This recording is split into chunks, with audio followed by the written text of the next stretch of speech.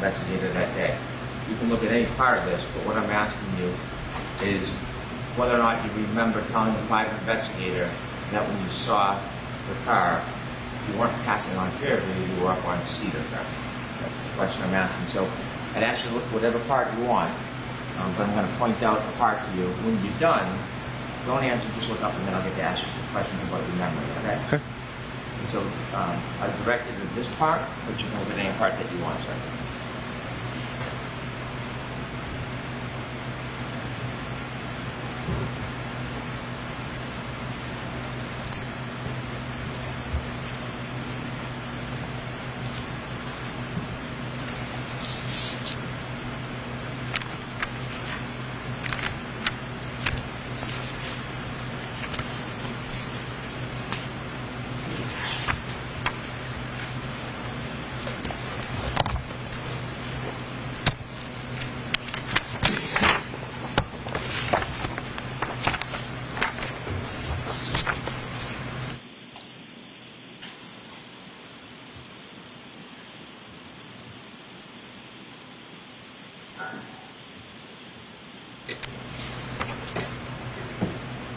Are you done, sir? Yes. May I approach, Your Honor? Yes.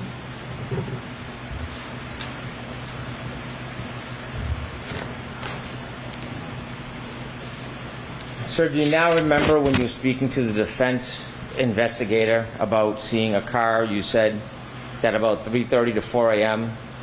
when you were plowing Cedar Crest Road, you looked toward Fairview Road and saw a small SUV parked in front of the house. Remember telling the PI that? I never remember telling him that.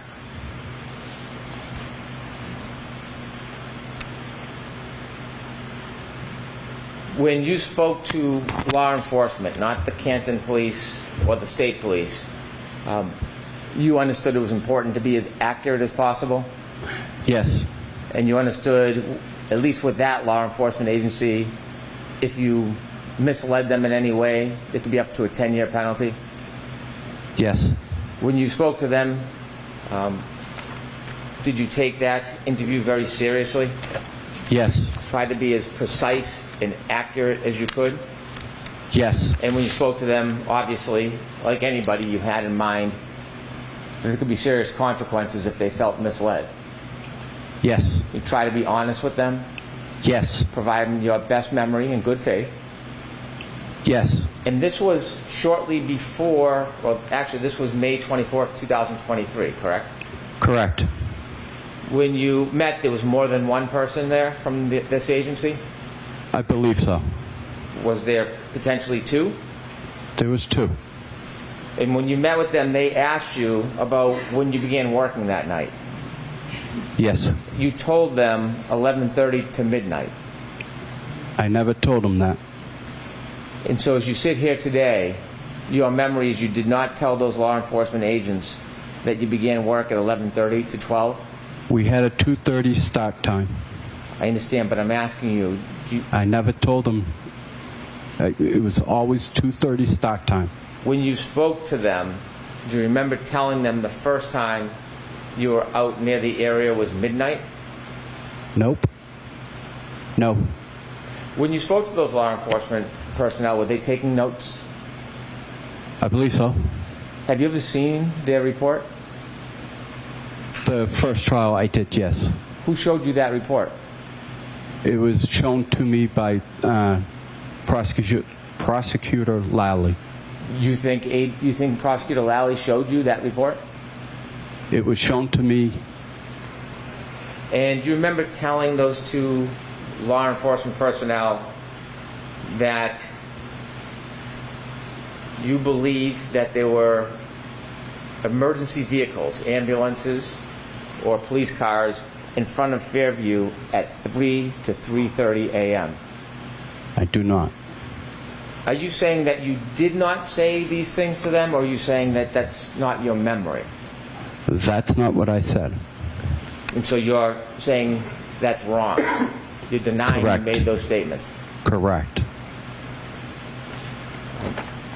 At the time they say that you told them there was emergency vehicles there at 3 a.m., That is the same time that you told the PI that you saw the Ford Edge, around 3:30 to 4, correct? About 3:30 is when I saw the Ford Edge. It was dark out that night, wasn't it? Correct. There are no street lights down near that flagpole area of 34 Fairview, is there? Yes, there is. Okay. Was it on that night? I can't tell you honestly if it was. You testified at trial? I'm sorry, at a proceeding last year? I testified that there were. It was asked to me that there were not any streetlights, and I answered it in the affirmative way. And living in that neighborhood, I saw that there were actual streetlights. You testified at a proceeding last year, didn't you? Yes. I mean, you testified at the proceeding. Did you meet anybody from the defense close in time to that proceeding? I don't know, when we met, how close to the proceedings it was. Do you remember being prepared before you went into trial last time? Yes. By Yannetti, excuse me.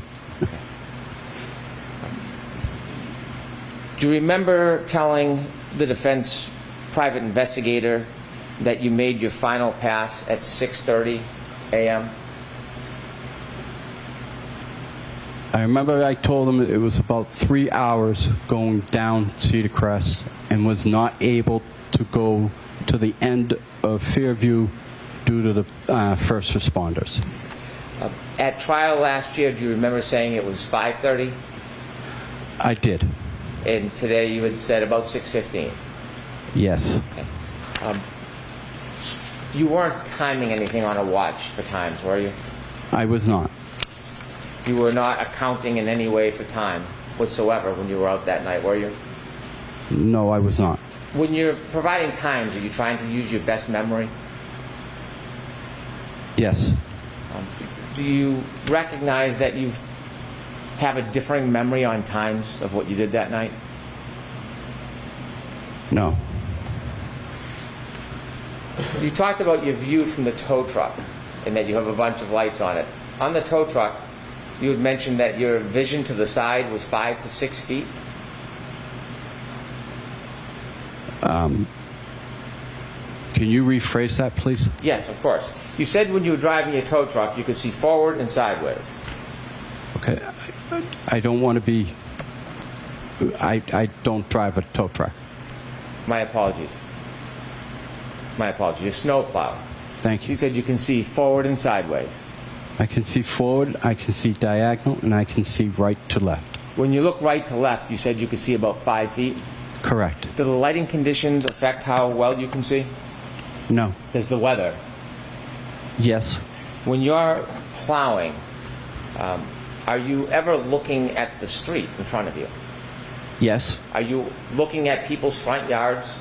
Yes. And so, what did you see as far as the front door of the Albert House that night? Was it open or closed? It was closed. With lights on? I can't answer that for sure. I don't remember if there were lights on. How about the neighbors on the left? Were you looking at their front line? Yes. Did you see if their lights were on? Again, I didn't recognize if their lights were on. Do you look at every neighbor's front lawn up to the door as you're driving in the snow plowing? I look to the right and to the left, and my eyes will graze to the yard. Yes, I will look there. You were saying you have a specific memory of looking at the Albert front yard all the way to the door. Do you have a specific memory of looking at the other neighbors' yards to their door? Can you repeat that, please? I'm sorry. Yes, you said that you looked at the Albert house all the way to the door. Correct. Do you have a memory of looking at any other houses all the way to the door? Yes. Okay. Which house had a dumpster in front of it?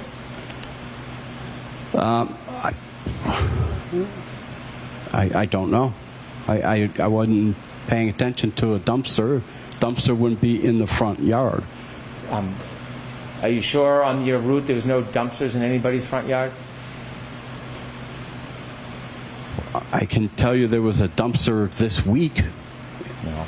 I'm more interested in January 29, 2020. I can't answer to that. I don't remember. A dumpster, a 15 by 20 foot dumpster, that would be bigger than a man's body, wouldn't it? Yes, it would be. And so you have no really specific memory of the other homes in the neighborhood that night? I mean, I looked. Okay. I saw. I didn't see a dumpster. That would have definitely stuck out. Okay. You said you had vision as far as your eyes could see. Correct. What does that mean? Means if there were, my eyes were, as long as they're open, I can see as far as they will let me see. Is that dependent on lighting conditions, darkness, snow? Correct. That night, did you have any difficulty paying attention or driving? I did not. Did you have a small accident that night? I did. Okay, what did you hit? I hit a portable basketball net. Was that part because of the weather conditions? You didn't have a good opportunity to see it? No. I definitely saw it and just did not judge enough. You said that you went up and down the road a couple of times. When you were asked to describe the car that you said you saw, when you first spoke to the defendant's private investigator, you didn't give any detail about the type of car, did you? I told her it was a Ford Edge. Okay.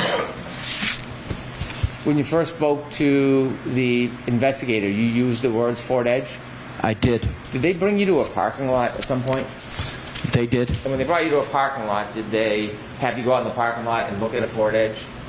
They did. And when they had you go out and look at the Ford Edge, did they have you identify that as the type of car? Yes, they did. And when you did that, how many cars were in the parking lot? We had a hockey game, so there were several, at least 100, 150. Who pointed you to the Ford Edge? I pointed to it. Did the investigator take you to the Ford Edge? No, he did not. It was just an open parking lot, and he asked you to look around to see if there happened to be a similar car? No, I told him a Ford Edge. He wanted to make sure I knew what a Ford Edge looked like. I pointed to the Ford Edge, and he was satisfied. So after you said a Ford Edge, he brought you to a parking lot to point out a car? We were at my place of business. We just walked out the door. Where was that? At the Metropolis ice rink. The rink? Ice rink, yes. Did you then meet the investigator later on at a school? Yes, I did. And who did you meet at the school? I met Paul again. And what was the purpose of that? He wanted to go through my route. You want to go through your route? Correct. And then, did you choose to meet at the school? I did. You did? I did. And why did you choose the school? It was an easier landmark for the gentleman to get to, and it was minutes from my route. Did you know that former Trooper Proctor's sister worked there? I had no idea. You said last year that when you went by Fairview, did you say that you would buy your final pass at 5:30 a.m.? No. Okay.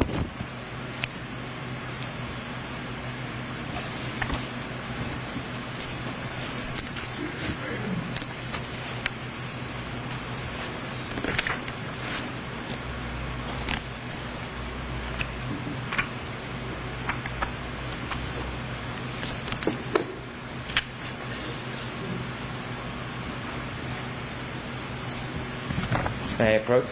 Yes.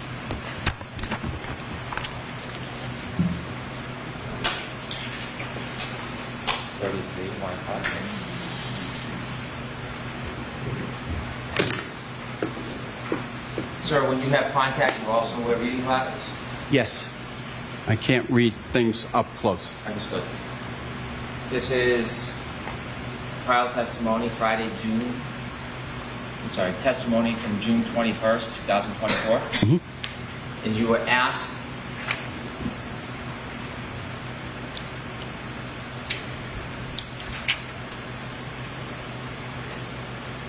do you recall what time it was that you wound up back on Fairview? You said, I don't honestly recall what specific time. Yes? Yes. And then you were asked, sure. approximately, if it was 3:15 to 3:30 that second time, what would be your best estimate of the time when you came back? And what did you say? Say about 5:30.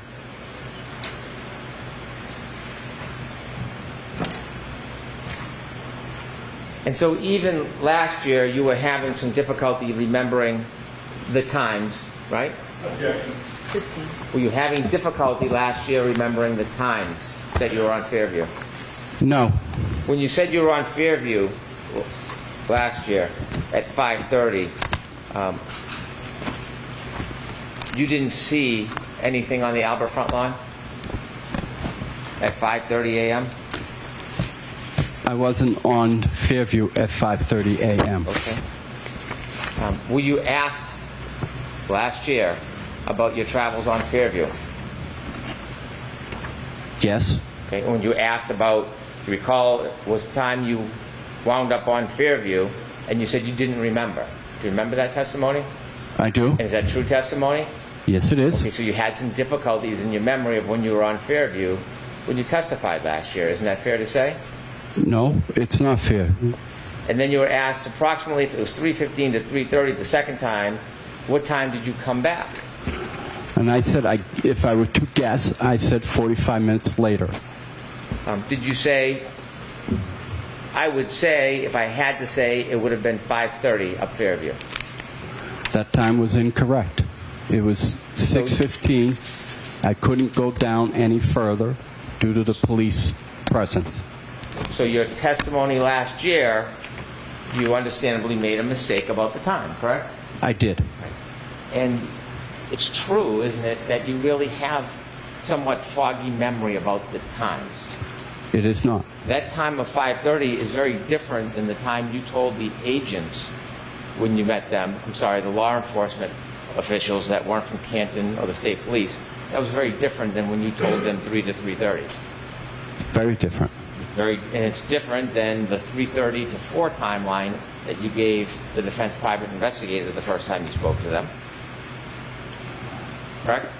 Correct. And it's different than what you told the jury today, that it was 6:15. It's different, but it's not.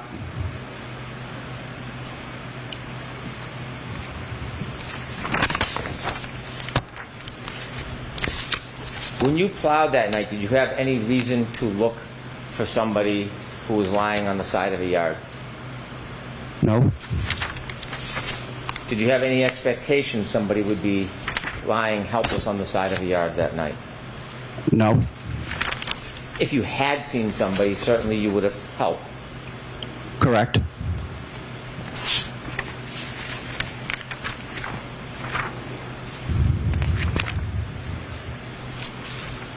When you said that,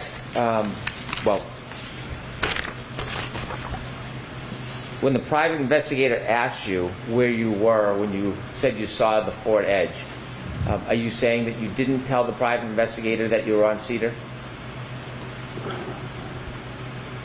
I don't remember telling him I was on Cedar Crest. I do remember telling him that I had turned onto Fairview and saw the vehicle.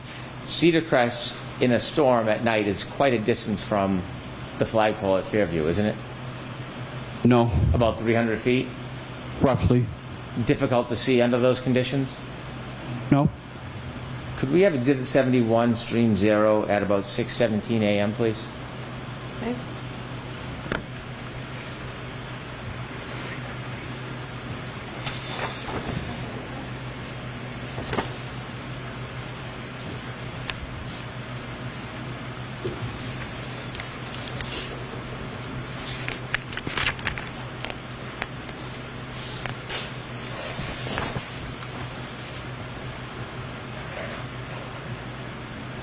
Could you stop it there? Do you see that street light? I do? Okay. At the end of that road, past the street light, is Cedar Crest, correct? Correct. Is that a fair depiction of the elements that night around that time? Yes. And in this case, there's further illumination with the car that's facing us?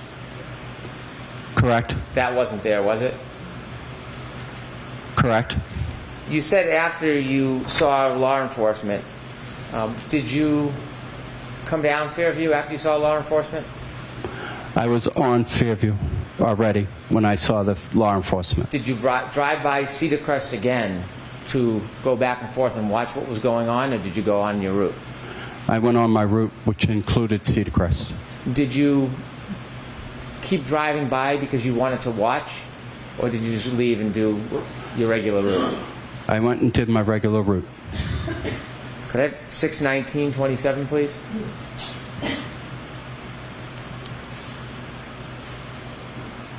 And could you play it?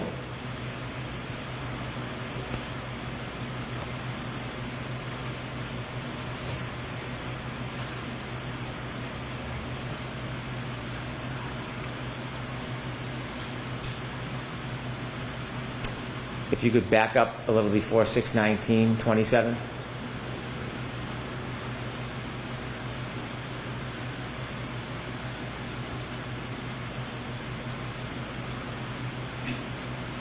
Is that weather consistent with what it looked like to you? Yes. Is that you there? I don't know if that's me. Yes, that's me. That is me. Could we go to 63245, please?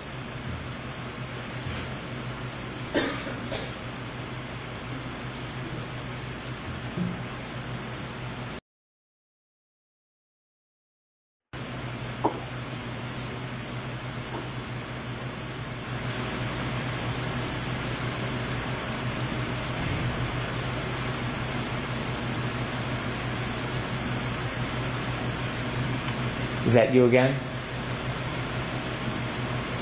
That one, I can't tell if that was me again. Could we go to 63514, please?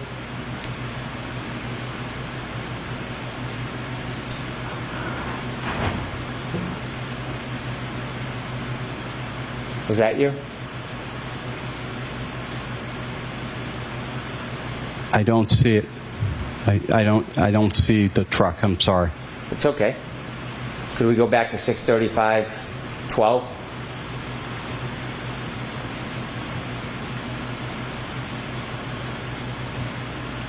That looks like to be a pickup truck. That does not look like my truck. 63745, please.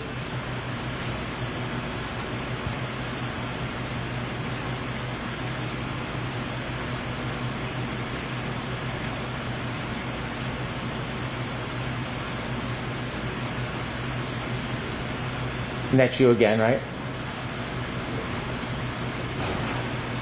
Again, I can't tell you for sure if that was me. Those were not your red and orange lights consistent with the earlier ones that went by? What I saw the first time was the reflecting tape off the body of my truck. Could we go to I have 7? a plow guy that is a contractor that we work tandem together. And was he out there that night as well, going by Fairview? Correct. Okay. Did you ever tell the private investigator about him? Yes, I did. 7 o'clock, 22 seconds, please.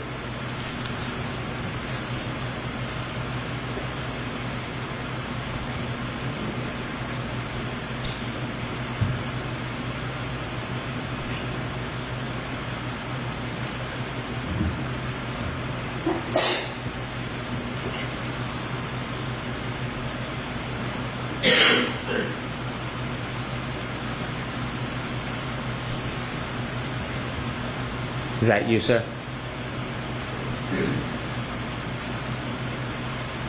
I can't say for sure. 7:15, 45 seconds, please.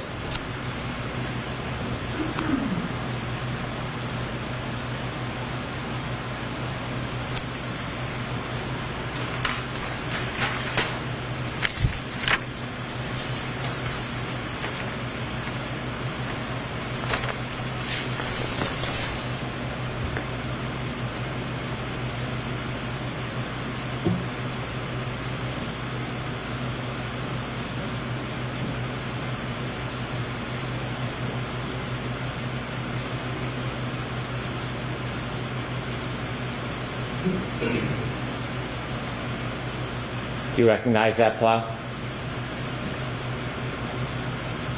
Again, I do not. 7:19 and 55 seconds, please.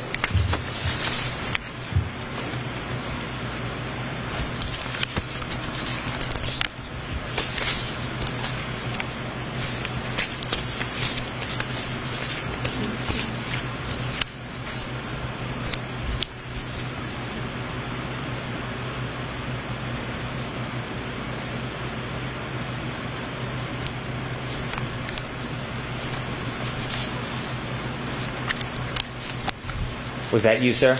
That was me. How long does your route take? It's hard to say. I mean, as long as it's snowing, it can take as long as it takes. Well, if you're going to do a pass, how long does an entire pass take? If I were to do from Cedar Crest to the end, it would take probably 10 minutes. If I were to do the entire route, I'm not cleaning up. I'm just giving it a pass so people can get through. Could take about 3 hours. Could take 4 hours. When you mentioned Brian Albert on your direct examination, had you talked to the defense about Brian Albert in your preparation for testimony? No. You knew some of the Albert family? I know the entire Albert family. And you know Brian Albert as a police officer? Yes, I do. Why is it that 3 times in your direct testimony you characterized him as a first responder? Because he's a police officer. They're first responders. Did anybody ever suggest to you to use the terms or the phrases first responder when you were describing Brian Albert? No one did. Those are my words. Since your trial testimony last year, have you received any more focusing or targeting of harassment? Objection. Ask it differently, Mr. Brown. Since last year when you testified, have you received any recent aggression towards you for testifying? No. Have you had any further focus or problems? No. Objection. I move this one further, Judge. I'll strike that. I have no further questions. Very briefly, sir. You were asked by Mr. Brennan about whether you saw a dumpster that night. Do you recall that line of questioning? I do. In the aftermath of January 29th of 2022, was a dumpster all over the news for the next 3.5 years? Not that I'm aware of. You were asked about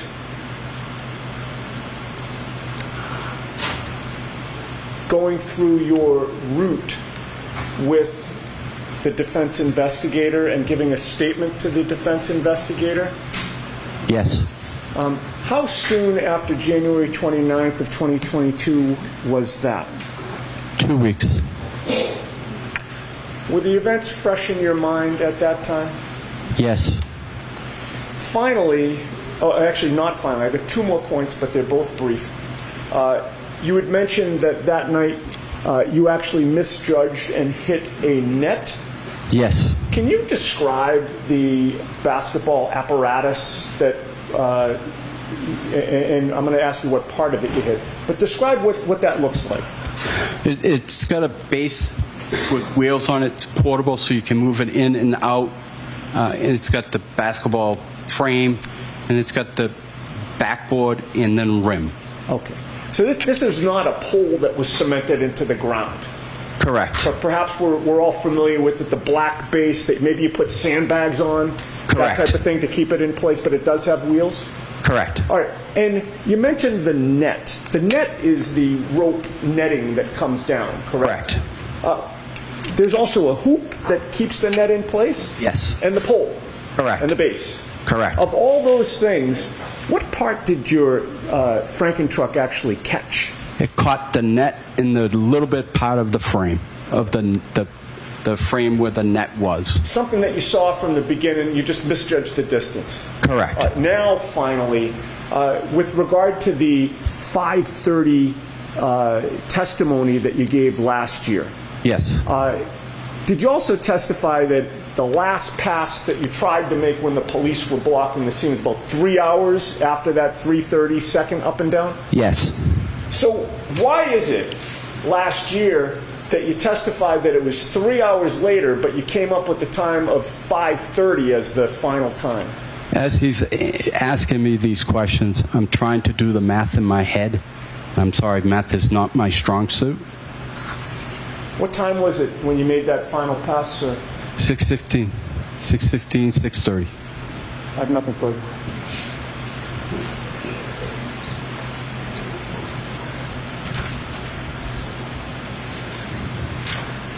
You mentioned you're trying to do the math in your head. There is no reason why you would specifically remember certain times on each pass other than trying to remember and give an accounting, right? Could you rephrase that, please? Sure. You don't have your watch out on a certain schedule that you have to pass a certain street at a certain time. Correct. You weren't marking your times to some event when you were driving up and down the street that night, were you? No. So you're trying to go back with your memory and piece it together the best you can. Correct. And that's why you're giving estimates, yes? Correct. And when you spoke to those law enforcement officials, not Canton, not state police, and you said at 3 o'clock you saw first responder vehicles, that was based on your memory, wasn't it? Yes. I'm going to let you answer. It was based on your memory.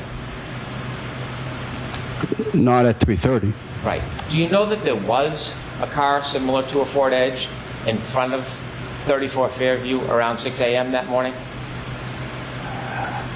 I wasn't able to get in front of Fairview Drive, 34 Fairview, at 6 o'clock in the morning. Have you ever met Kerry Roberts before? I have not. Counsel just asked you if there was a lot of media about this case, and you said that there was. Did he just ask you a question about whether there was a lot of attention on this case? Objection. Ask it different. Did he just talk to you about everything that happened after this case, all the attention on this case? Objection.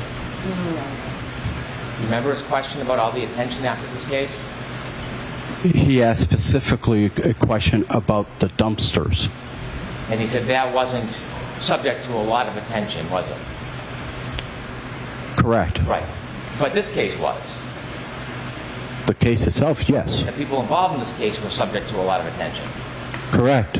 And you spoke to the defense investigator after this case as far as attention is concerned. You remember speaking to the investigator on June 5th, 2023. Yes. And do you know, coincidentally, that is the day that the blogger put out the articles on you accusing you of not doing the right thing? Objection. System. May I approach? Yes.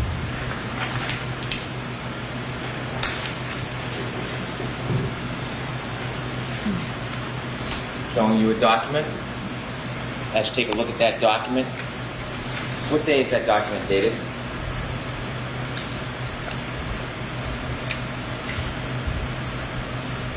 June 5th, 2023. Without reading it, that document talks about you. Correct. And your friends and people in the community talked to you about this article, didn't they? Not specifically this article, but they were sending me stuff that were being printed about me, yes. Why don't you take a little look at what's said and you can tell us whether that's the same type of information that was being conveyed to you through intermediaries.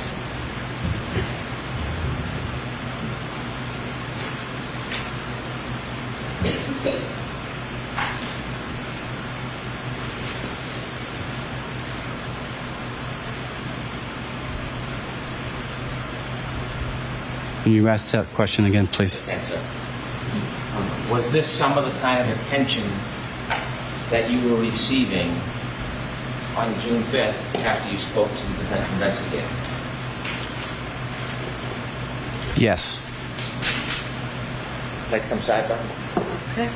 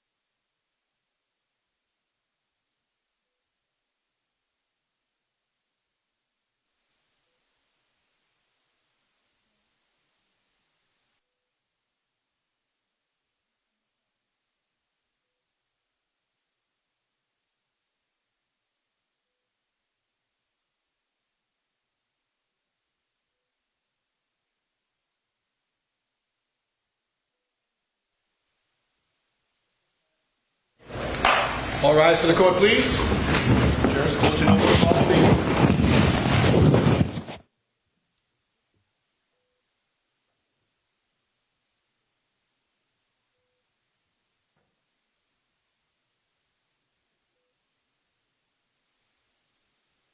As long as you're burning blue.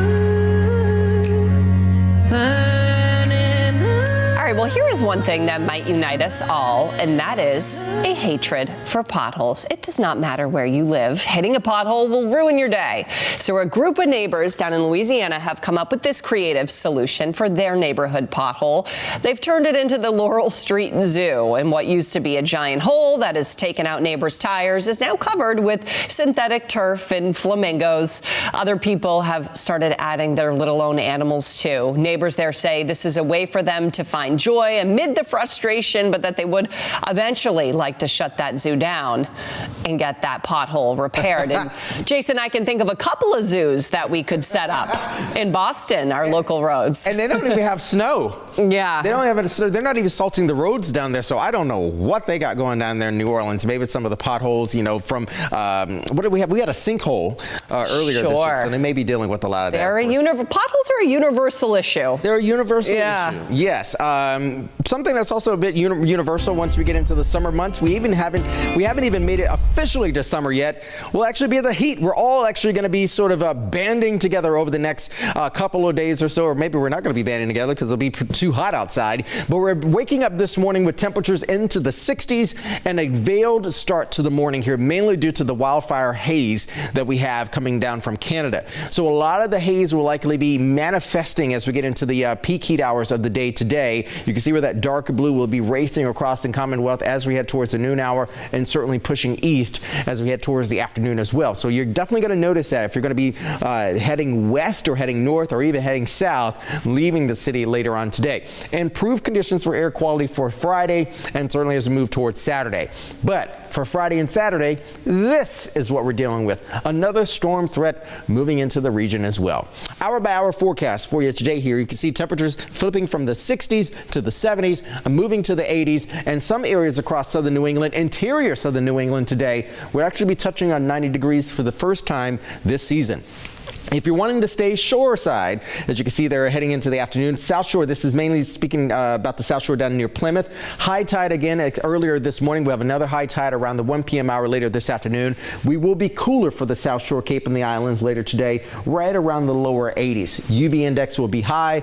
Don't forget the sunscreen. Allergens also running high as well. So coupled with the allergens as far as pollen, air quality issues, UV index, you got a lot of things to remember today. And don't forget sort of the asthma inhaler as well. You're likely going to need that as well, courtesy of the air quality issues there. Interior New England, again, likely going to be touching around 80 degrees. I'm going for a pair of 8s in the city later on today. Strong ocean breeze will likely keep temperatures a bit moderated out towards the outer Cape later on today. More 70s rather than the 80s for you. And then look at that. You know it was coming, right? Friday and Saturday, increasing rain chances. Less rain expected for the Cape and the Islands. Heavier amounts of rain expected across north and areas west of 495 and also the Mass Pike. Roughly around 1 to 1.5 inches of rain to be expected. So what's causing all this issue, okay? We have a stationary boundary poised to set up, and it will be crawling right along Appalachia, drawing up a lot of moisture from the south, aiding and abetting to extra cloud cover as we begin our weekend there on Saturday. Most of the heavy rain will be starting out north of the state line, Vermont, New Hampshire, as well as Maine. Pretty significant rain expected around midday for there in Maine. Light spot showers to start for our Saturday morning, and then as we push the system eastbound, more increasing rain chances closing out our Saturday evening heading into the overnight. A bit of a drier patch sets up again for us on Sunday. We'll do a little bit of a dance between sunshine and cloud cover on Sunday afternoon, and maybe a spot shower or two west of the Worcester County region. Here's the next 7. Okay, plan out the next few days here. Hazy, hot, and humid for the next couple days. Wednesday and Thursday, upper 80s, low 90s. Back into the 80s by Friday, but we ramp up the strong storm threat. Carried over into Saturday. We take all the activity out with the exception of a few spot showers on Sunday. Dry and sunny for Monday. And look at that. More rain chances possible for us on Tuesday, Bree. Well, an important reminder for thousands of MBTA commuters. The Green Line will be shut down for maintenance tonight until Sunday through downtown Boston. Free shuttle buses will replace trains on all 4 branches of the Green Line. Similar work throughout the month will impact the red, orange, and blue lines. Well, the family of a young boy who was hit and injured by a school bus has filed a lawsuit. New video of the incident appears to show the driver asleep at the wheel. WBZ's Jordan Jagalinzer is live in the studio with reaction to this. Jordan. Brianna, the family says they have filed this lawsuit against the Boston Public School bus company Transdev, so this never happens to another child, and to hold the city accountable. New video from 2 cameras inside of the school bus shows the moment that it jumps onto a sidewalk, hitting 8-year-old Reginald Oates back in December. He has autism and was walking with his school aide at the time. He did survive the crash but was hurt. Attorneys say the driver and the bus monitor were sleeping in their seats in front of the Curly school. Just before, you can see here, the driver abruptly wakes up, starts the bus, and then swerves into them. Boston Mayor Michelle Wu says the investigation into Transdev is still ongoing. She says in addition to more oversight, they're also looking over all their contracts. Company has failed to supervise, it's failed to train, and it's failed to hire qualified drivers. Now there are daily meetings happening to review each and every incident rather than just relying on the standards set in the contract, really trying to go above and beyond and ensure that there have been changes put in place. Now, most recently in April, 5-year-old Lenz Joseph was hit and killed after getting off his school bus in Hyde Park. A city investigation showed the driver's certification had expired, and Transdev didn't know that until after the crash. Jordan Jagalinzer, WBZ News. Oh, a community park in Waltham is so popular, it's getting its own security detail. The new inclusive playground has slides, swings, a spray deck, a mini golf course. It's always packed during the day, and city leaders are now worried about protecting the taxpayer investment after the sun goes down. The recreation director is now hiring a private security company to watch that playground overnight. And a new attraction may be coming to the Emerald Square Mall in North Attleboro. The New England Public Theater has selected the former American Eagle store in the mall for a black box theater. The space features a basic stage with black walls or curtains surrounding it. The proposal calls for an intimate setting with 150 seats and a 16 by 20 foot stage. Some of my favorite theater that I go see is in converted fire stations, converted car dealerships, converted libraries. It's really just about finding a space that can house a theater. Well, if everything goes according to plan, the theater will open sometime this fall. President Trump's trade war escalated overnight as levies on steel and aluminum imports doubled to 50%. Meantime, a former White House advisor is pushing back against Trump's spending bill. WBZ's Anna Myler is live in the Satellite Center to explain, Anna. Well, Brianna, President Trump's former special employee and advisor, Elon Musk, is publicly slamming the bill as, quote, a disgusting abomination. Musk is escalating his criticism of President Trump's prized tax cut and border bill, dubbed the Big Beautiful Bill, by posting on X that this massive, outrageous, pork-filled congressional spending bill is a disgusting abomination. Shame on those who voted for it. Musk says the bill, which passed the House before Memorial Day, increases the deficit and undermines the work of the Department of Government Efficiency, or DOGE. On Capitol Hill, Democrats embraced Musk's comments while the Senate's top Republican disagreed. Breaking news, Elon Musk and I agree. He's entitled to that opinion. We're going to proceed. The bill now makes its way through the Senate. While not all Republicans support it, GOP leaders say they believe they can get it passed in time to meet the White House's July 4th deadline. Brianna? All right, Anna, thank you. A new sports bar coming to Boston where fans of women's sports can cheer on their favorite teams. It's called the Sports Bra. It only shows women's sporting events on their TVs. The viral Oregon business announced it's opening a new location in Boston, which will be locally owned and operated.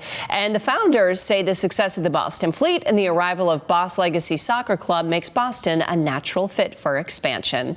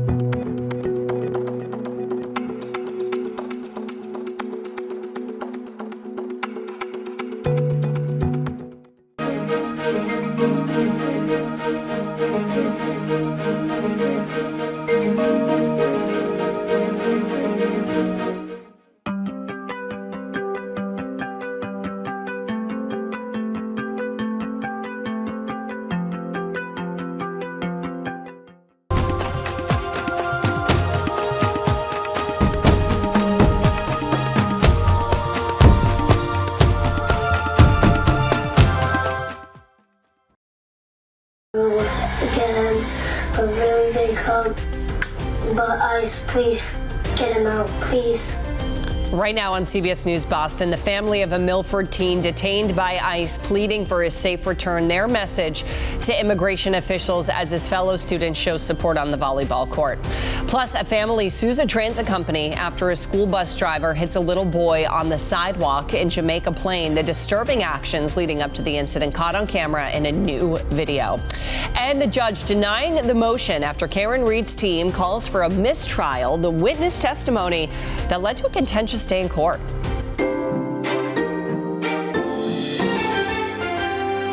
Now, streaming on CBS News Boston. This is WBZ News Mornings. We continue to follow breaking news overnight. Firefighters battling a fire at an apartment in Roxbury. The heavy flames damaging the top floors of the building on Tremont Street, right above the Quick Pick liquor and convenience store. The district fire chief tells us one woman who was blind was rescued from the second floor by another man who lives in the building. I ran back upstairs on the third floor, grabbed my phone so I could use it as a flashlight. Then I went back downstairs, looked for her, picked her up, put her over my shoulder, proceeded to go down the steps with her. And that's when one of the firefighters came. Well, that woman was taken to the hospital, and right now there is no word on her condition. You see, my son, I love my son. We love America. Please bring my son back. Now, the family of a Milford High School student, Marcelo Gomez, speaking for the first time since he was detained by ICE in an emotional video released by the 18-year-old's lawyers. Good morning, and thanks for joining us. It's Wednesday, June 4th. I'm Brianna Pitts. The family says they'll file a petition for Marcelo's release during a hearing set for tomorrow afternoon. A spokesperson for the Gomez family says right now he's in a facility in Burlington without beds, hasn't been given much food, and has caught a virus. Marcelo was taken into custody by ICE agents last weekend while driving his father's car to volleyball practice.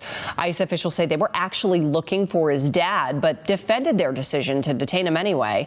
Now his father, mother, and siblings are pleading for his safe return. And I really miss sleeping with my brother, saying goodnight. I just really miss having him with me. I just want to give him a hug back. Well, Marcelo is originally from Brazil. His lawyers say he came here in 2013 when he was 7 on a visa that has since lapsed. Marcelo's volleyball teammates played their first game since he was detained. The players and spectators paying tribute to the absent high school junior. WBZ's Levin Reed is in Milford this morning with more on the show of support. Levin.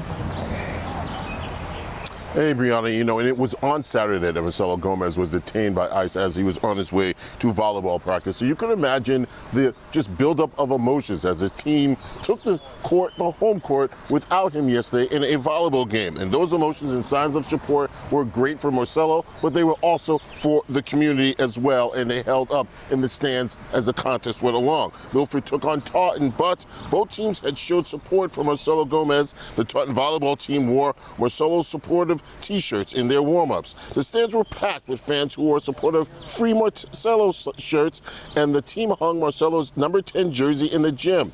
This is all happening just days after their classmate was detained by ICE. The energy and emotions ran high during this game, and for many of his classmates, this is a great way to show support at a tough time. I'm glad the whole town really came out. I saw a lot of people. Everyone had stickers and obviously the shirts. So it was really wonderful to see. That game represented the spirit of Marcelo. He was still there. The game is just his heart. That's just what I'm trying to say. Now that support for Marcelo Gomez will continue here in Milford. There will be a rally today at Stacy Middle School at probably about 12:15. His classmates have stated that they will support Marcelo during this tough time, and hopefully they keep their fingers crossed that things get better. In Milford, I'm Levin Reed, WBZ News. All right, let's take a look outside. Wow, look at that shot. The sun shining over the city there in the water. Jason Michael is here with a look at that next weather forecast.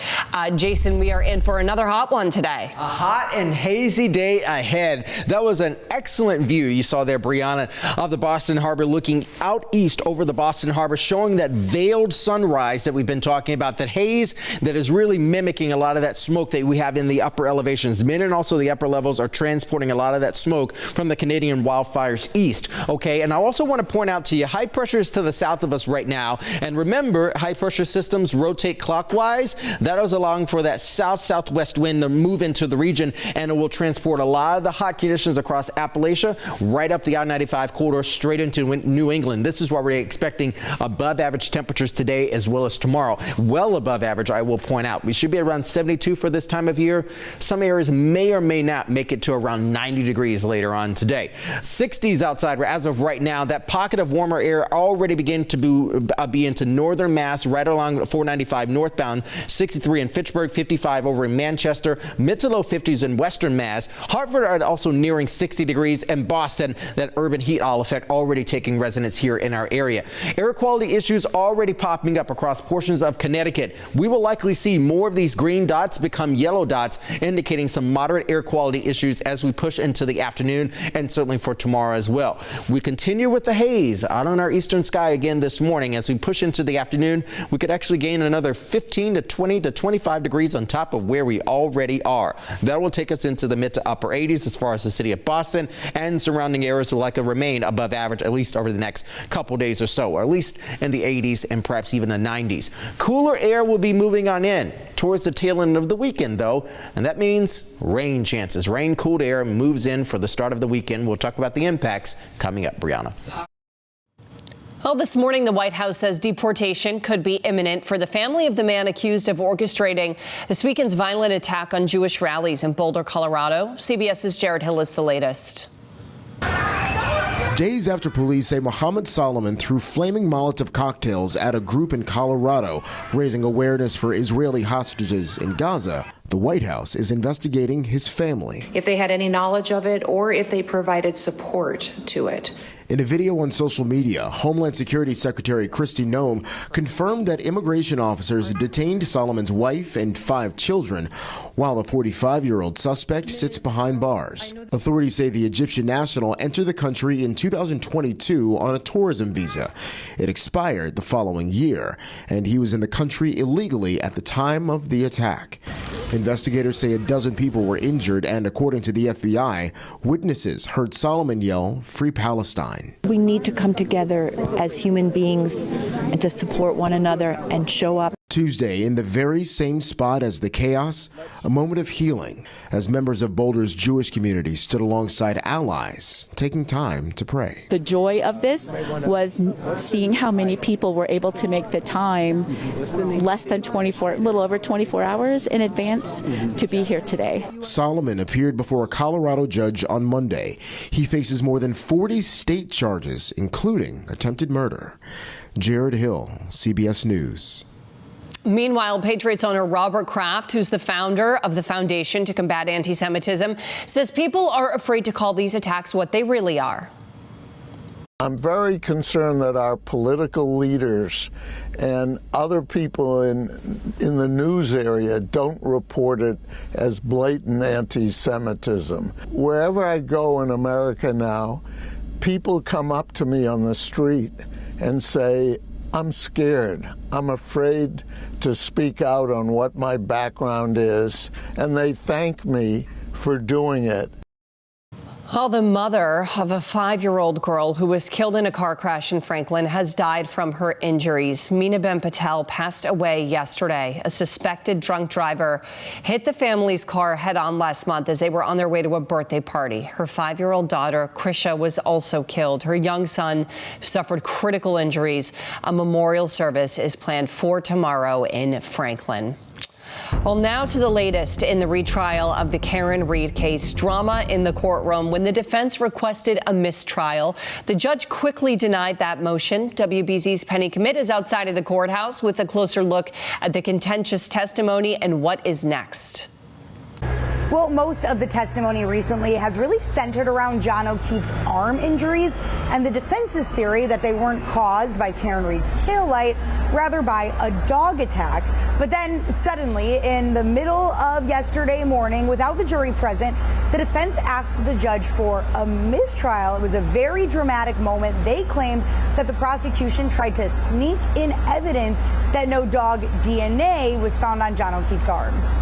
Ms. Reed is entitled to a fair trial, and what has just happened is antithetical. Now it may be inconvenient, it might be hurtful for the defendant's theories, for the creation they portrayed for this jury yesterday, but it is not improper. The judge did ultimately deny this motion, and then Dr. Marie Russell was back on the stand. She's a dog bite expert who has been corroborating the defense's theory that John O'Keefe was attacked by a dog.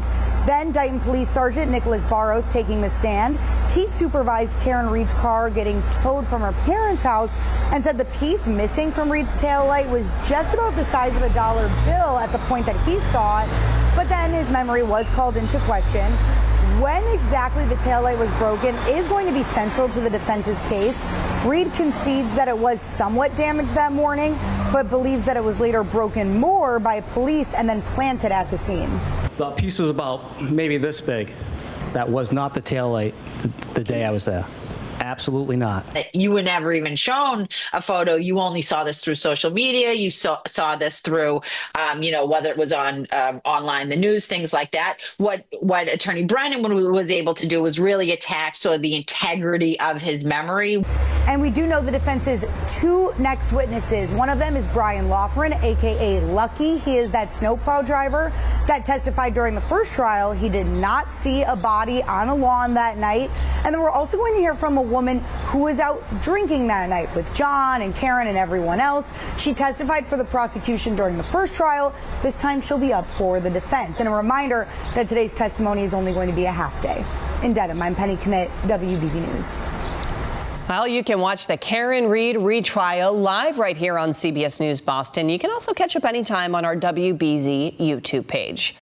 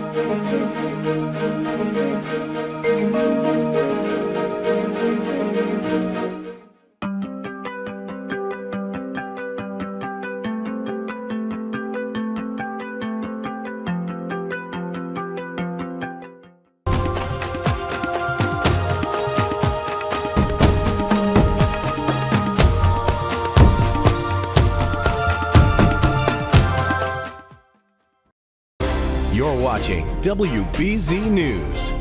More trolls may be coming to Rhode Island. 2 troll sculptures were introduced in Charlestown last year, and the next one may be coming to East Providence. Officials say they were scouting some locations with the troll's creator, a Danish artist, yesterday. When the 2 trolls were unveiled last year, that artist said he'd like to create a troll trail in the state.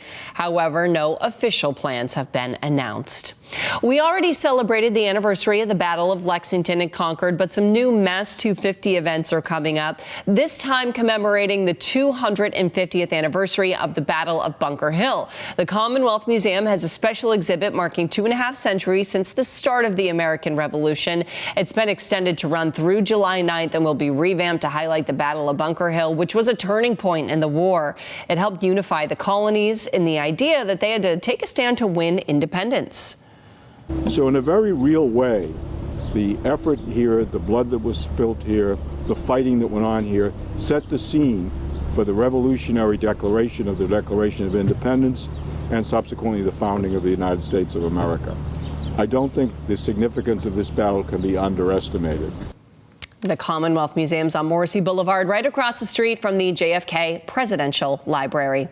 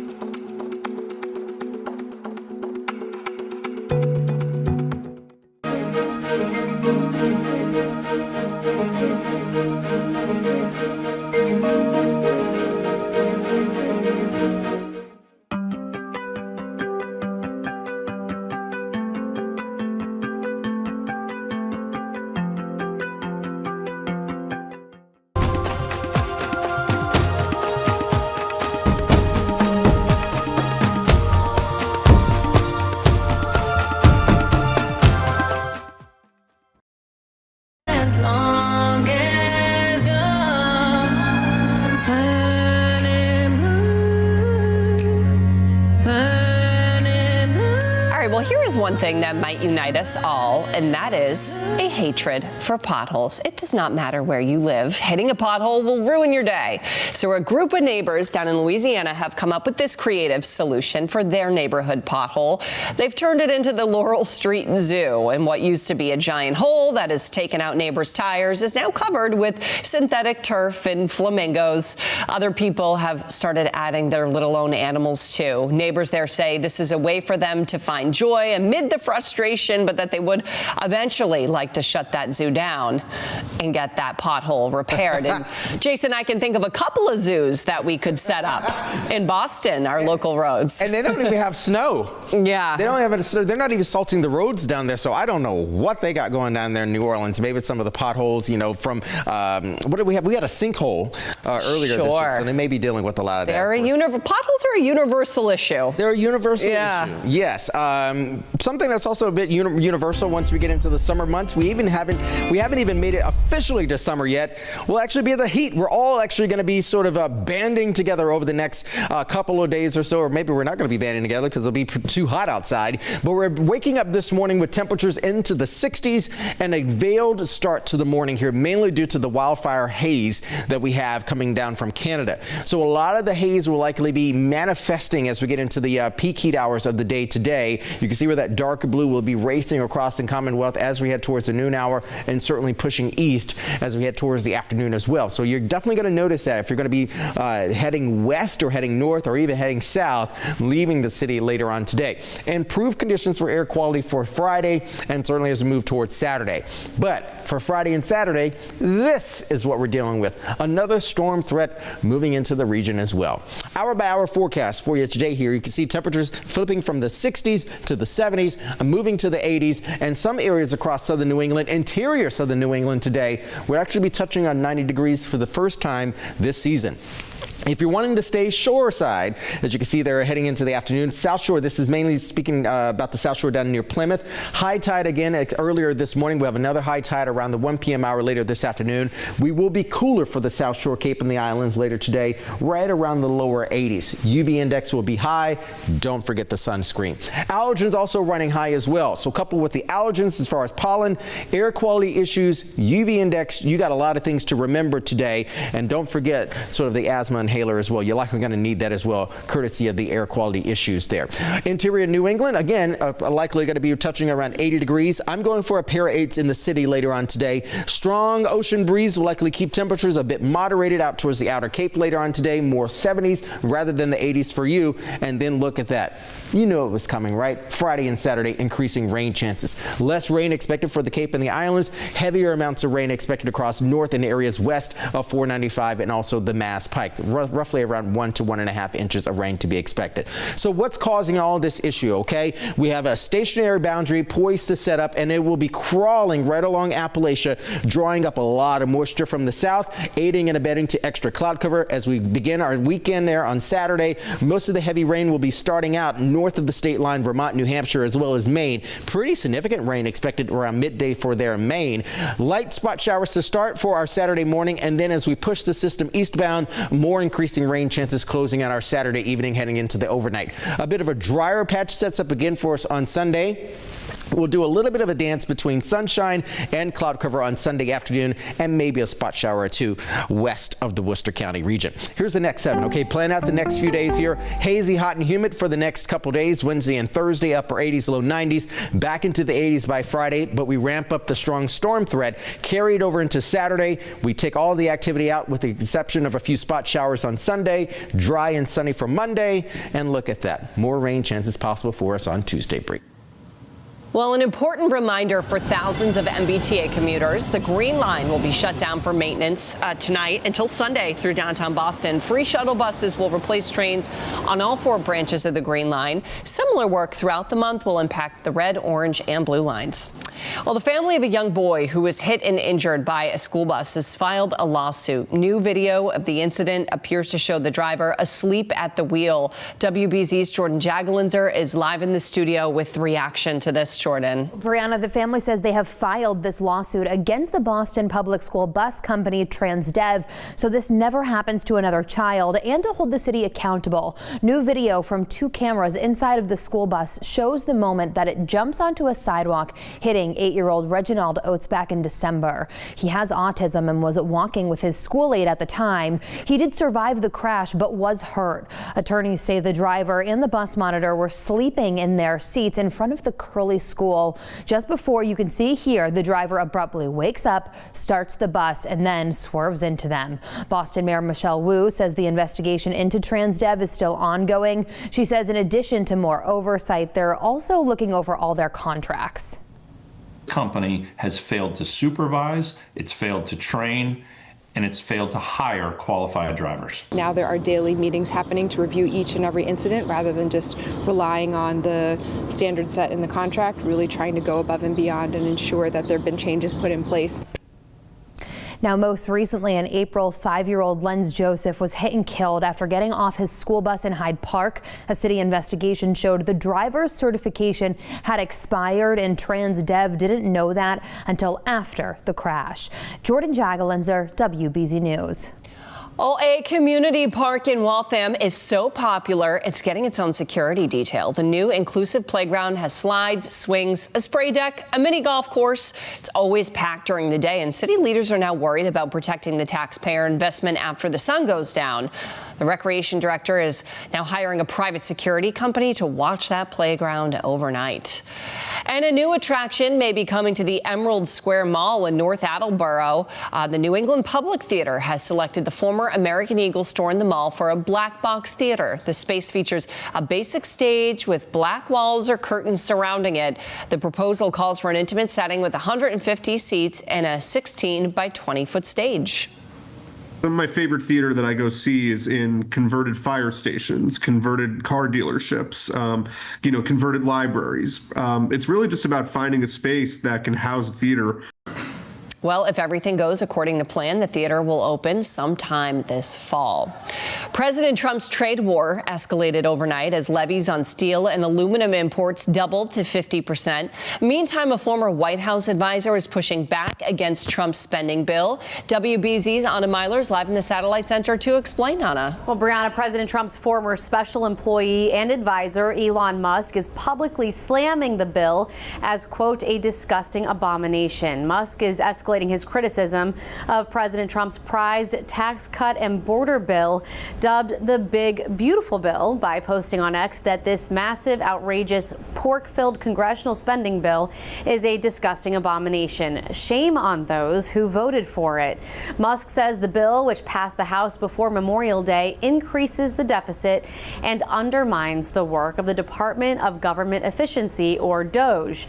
On Capitol Hill, Democrats embraced Musk's comments while the Senate's top Republican disagreed. Breaking news, Elon Musk and I agree. He's entitled to that opinion. We're going to proceed. The bill now makes its way through the Senate. While not all Republicans support it, GOP leaders say they believe they can get it passed in time to meet the White House's July 4th deadline. Brianna? All right, Anna, thank you. A new sports bar coming to Boston where fans of women's sports can cheer on their favorite teams. It's called the Sports Bra. It only shows women's sporting events on their TVs. The viral Oregon business announced it's opening a new location in Boston, which will be locally owned and operated. And the founders say the success of the Boston Fleet and the arrival of Boss Legacy Soccer Club makes Boston a natural fit for expansion.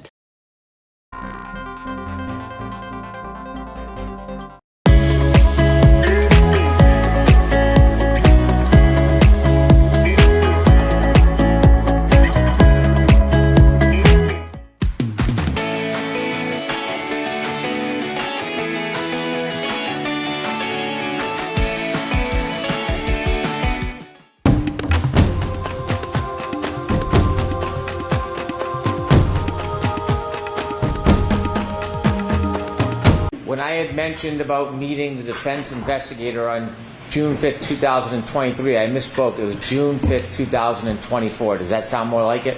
Yes. June 5th, 2024, was that before, shortly before you testified before? Yes. You were asked on redirect examination whether any dumpsters got any attention about this case.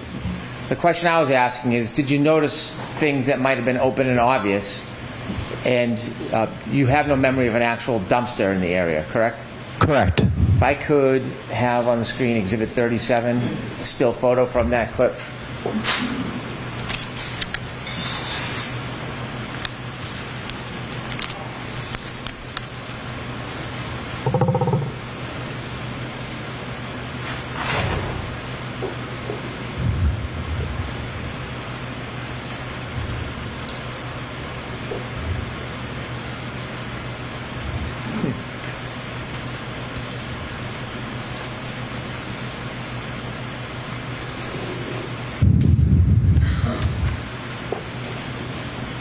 moment, Your Honor? Sure.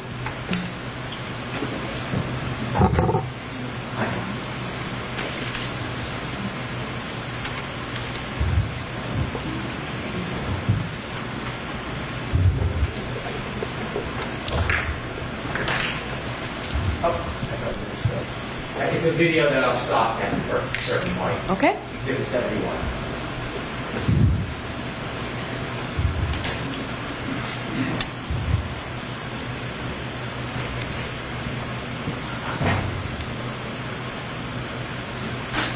And sir, do you notice the big red dumpster to the right side across from Fairview?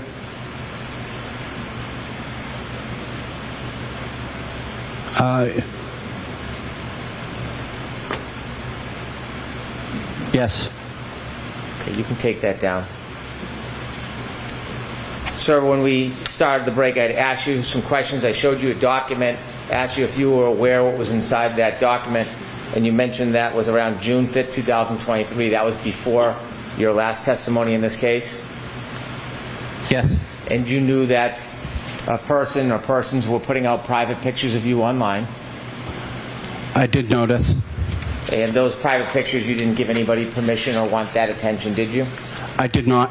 In fact, it wasn't just some private pictures, it was pictures taken from a number of different times in your life, correct? Yes. You never gave anybody permission to do that? I did not. You didn't want people talking about you or asking you questions? That was none of their business, did you? I did not. And it was embarrassing that you were being made this public spectacle when you had done nothing wrong, correct? Ask it differently. Was it embarrassing what they were doing to you? I wouldn't say embarrassing, as more as aggravating. In fact, they were calling your boss. Yes? I'm going to allow that. Yes. And you mentioned how hard you work. Yes. Plow, you even deliver peaches for 8 years. Yes. Zamboni, anytime you can work, you try hard, don't you? I do. And when someone's calling your boss, giving undue attention to you, didn't it create some concern it could affect your livelihood? I did not think it was going to affect me in that manner.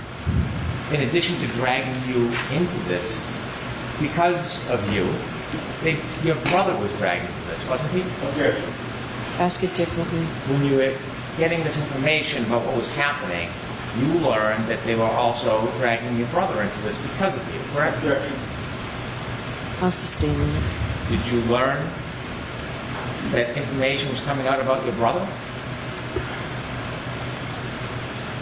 I knew my brother was dealing with other issues regarding this case. And certainly, you're close with your brother. Yes. You care for your brother. Yes. You did not want to upset anybody and have more attention brought onto your brother, did you? I did not. And there was an attempt to link your brother to one of the Alberts, in fact, correct? Yes. As well as you. I don't know if I was being linked. Did you know the information of trying to so-called out you about the fact that you work for Chris Albert? I'm going to sustain that the words first. Were you aware when your friends and family were telling you about what was going on, about an attempt to draw a relationship between you and the Alberts? No. And were you aware when people were telling you what was happening, that there was attacks on you personally, like finances and things like that? Yes, I was aware of that. And certainly that is pretty discouraging when that is happening and you've done nothing wrong, isn't it? It was, again, aggravating. And this was all happening before you came in and testified last time at trial. Correct.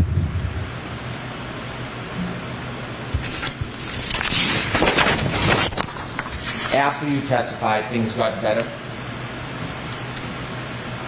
I wouldn't say better. It's gotten a little more easily manageable. You were no longer being harassed, you were being embraced. Correct. May I approach? Yes.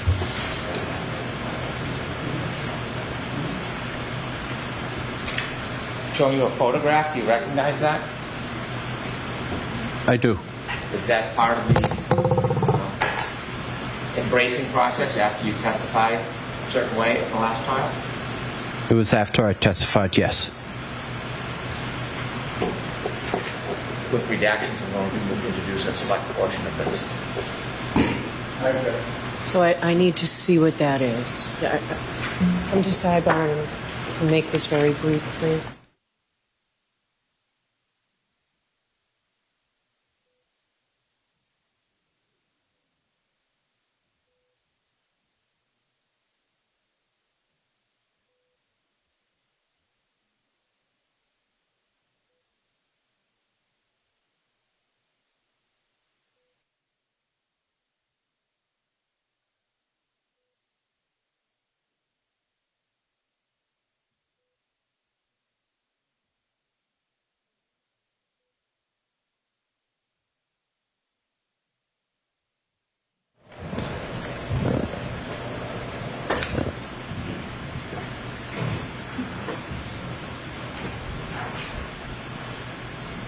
So that's next in evidence, Madam Clerk. Madam Court Reporter, please. 212.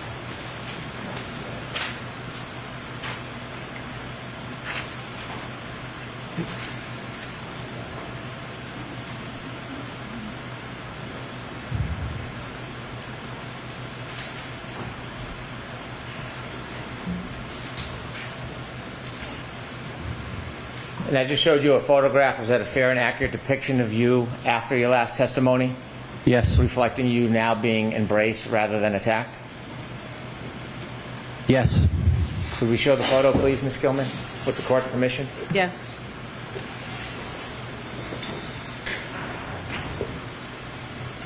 And that's you, Mr. Loughran? Yes. You can take that down, please. Thank you for your time. Just very briefly, sir, if I might, Your Honor. Sure. Mr. Loughran, I should say. The questioning about the attention that you received in 2023 when you received secondhand the information from the blogger, was that before or long after you were interviewed and gave a statement to the defense investigator in February of 2022?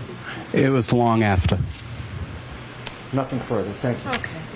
All right, Mr. Loughran, you are all set, sir. Okay.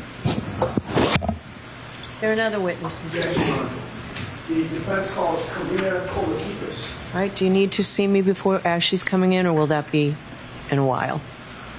I can't remember. Why don't you come on up really quickly?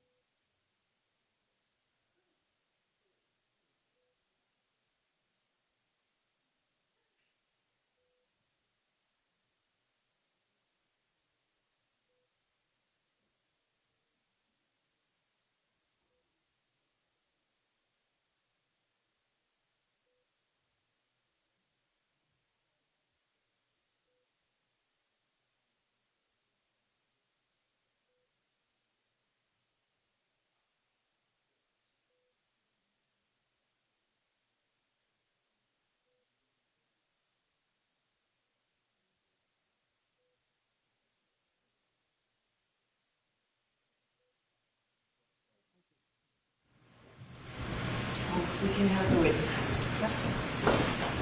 Identification.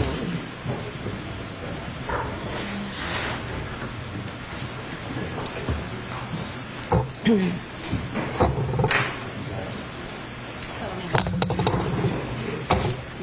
Follow me.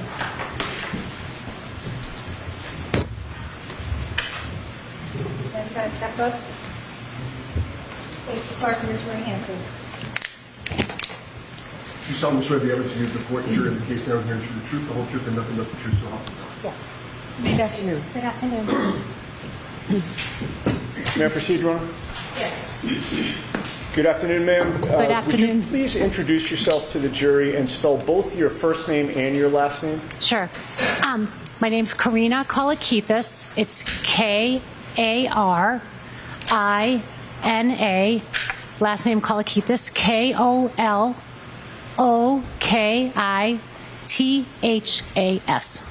That's almost as bad as your name. It's long.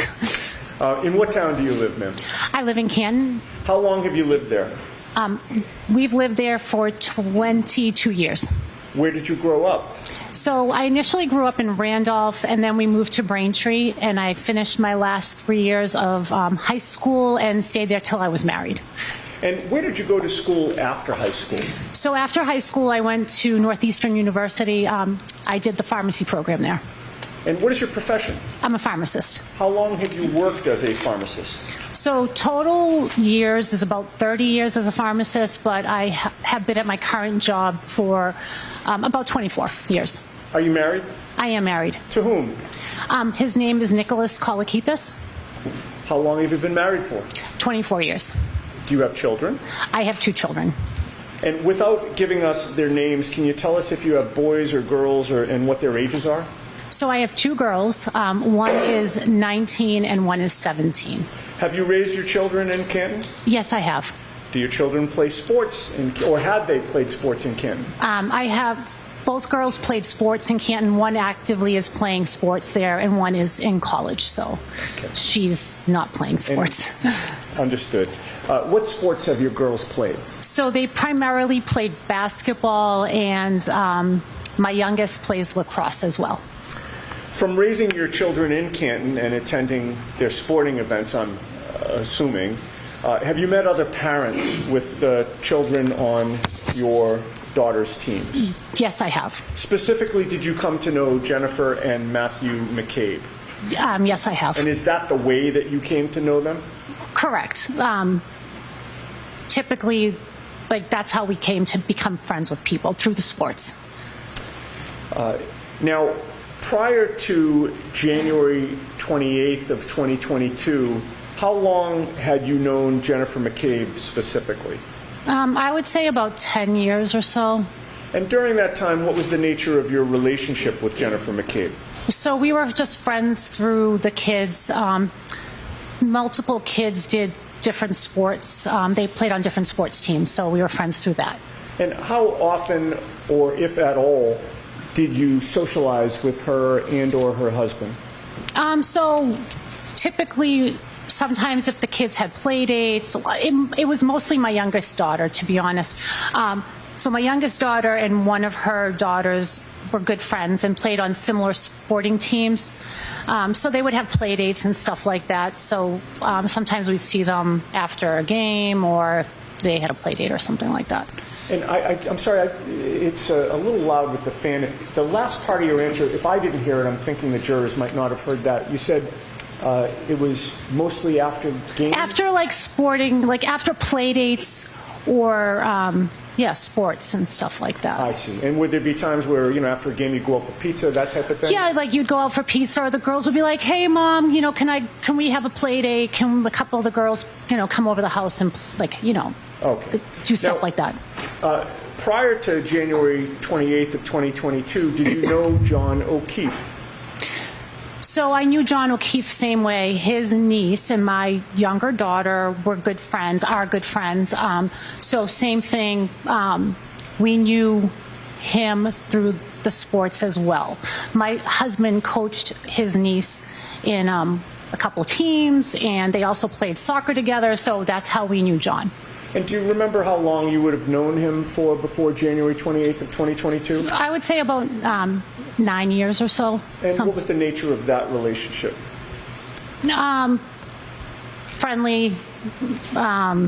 Didn't go out with him, but we were friends. We saw him all the time.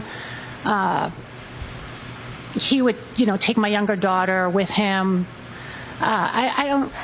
We just saw him all the time, so weekly, I would say. Sure.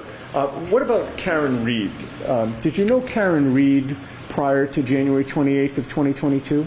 So, same thing, met Karen through John, and I believe the first time I met her was at Jennifer McCabe's house sometime in 2020. 2020? Correct. So this would have been during the pandemic? Correct. And do you see Karen in the courtroom today? I do. Would you please point her out and describe what she's wearing? She is wearing a blue suit at the table with her lawyers. Okay. May the record reflect that the witnesses identified Ms. Reed? Okay. Now, prior to January 28th of 2022, how often would you have seen or interacted with Karen Reed in any capacity, if you know? So Karen sometimes would come to watch games of John's niece. So I would see her there, and we would just casually talk. And what was the nature of your relationship with her prior to January 28th of 2022? We were friendly. All right. Now, directing your attention to January 28th of 2022, do you recall that being a Friday? Correct. What did you do that day? So that day I worked. As a pharmacist? Correct. Do you recall what your hours were? Approximately, I would say 8 to 4:30 that day. What plans did you have after work? So after work, my plans were to go to the Canton High basketball game to watch my daughter play. And what plans came up for before the game that night? So before the game, before I left work, there was a text that went around saying that some of the parents were going to meet at the Canton Junction before the game, and if anybody wanted to stop by and grab a bite to eat. And what is the Canton Junction? So it used to be like a little pub/restaurant in Canton. Did you go to the Canton Junction? So I went home first because I had a bag I had to switch out of because we have to have plastic clear bags at work. So anyway, so I went home, and then after that, I stopped at the Canton Junction. Okay. And did you go alone or with someone? So I went by myself. And when you got there, did you see people that you knew? Correct. So I walked in, and there was a bunch of parents there from the varsity teams, the varsity team. And excuse me, was either John O'Keefe or Karen Reed there? They were not there. What about Jennifer McCabe and or Matthew McCabe, her husband? I believe Matthew McCabe was there. I don't believe Jennifer went to the Canton Junction. Now, how long were you at the Canton Junction for? I would say less than an hour. Do you recall about what time it was that you would have been leaving there?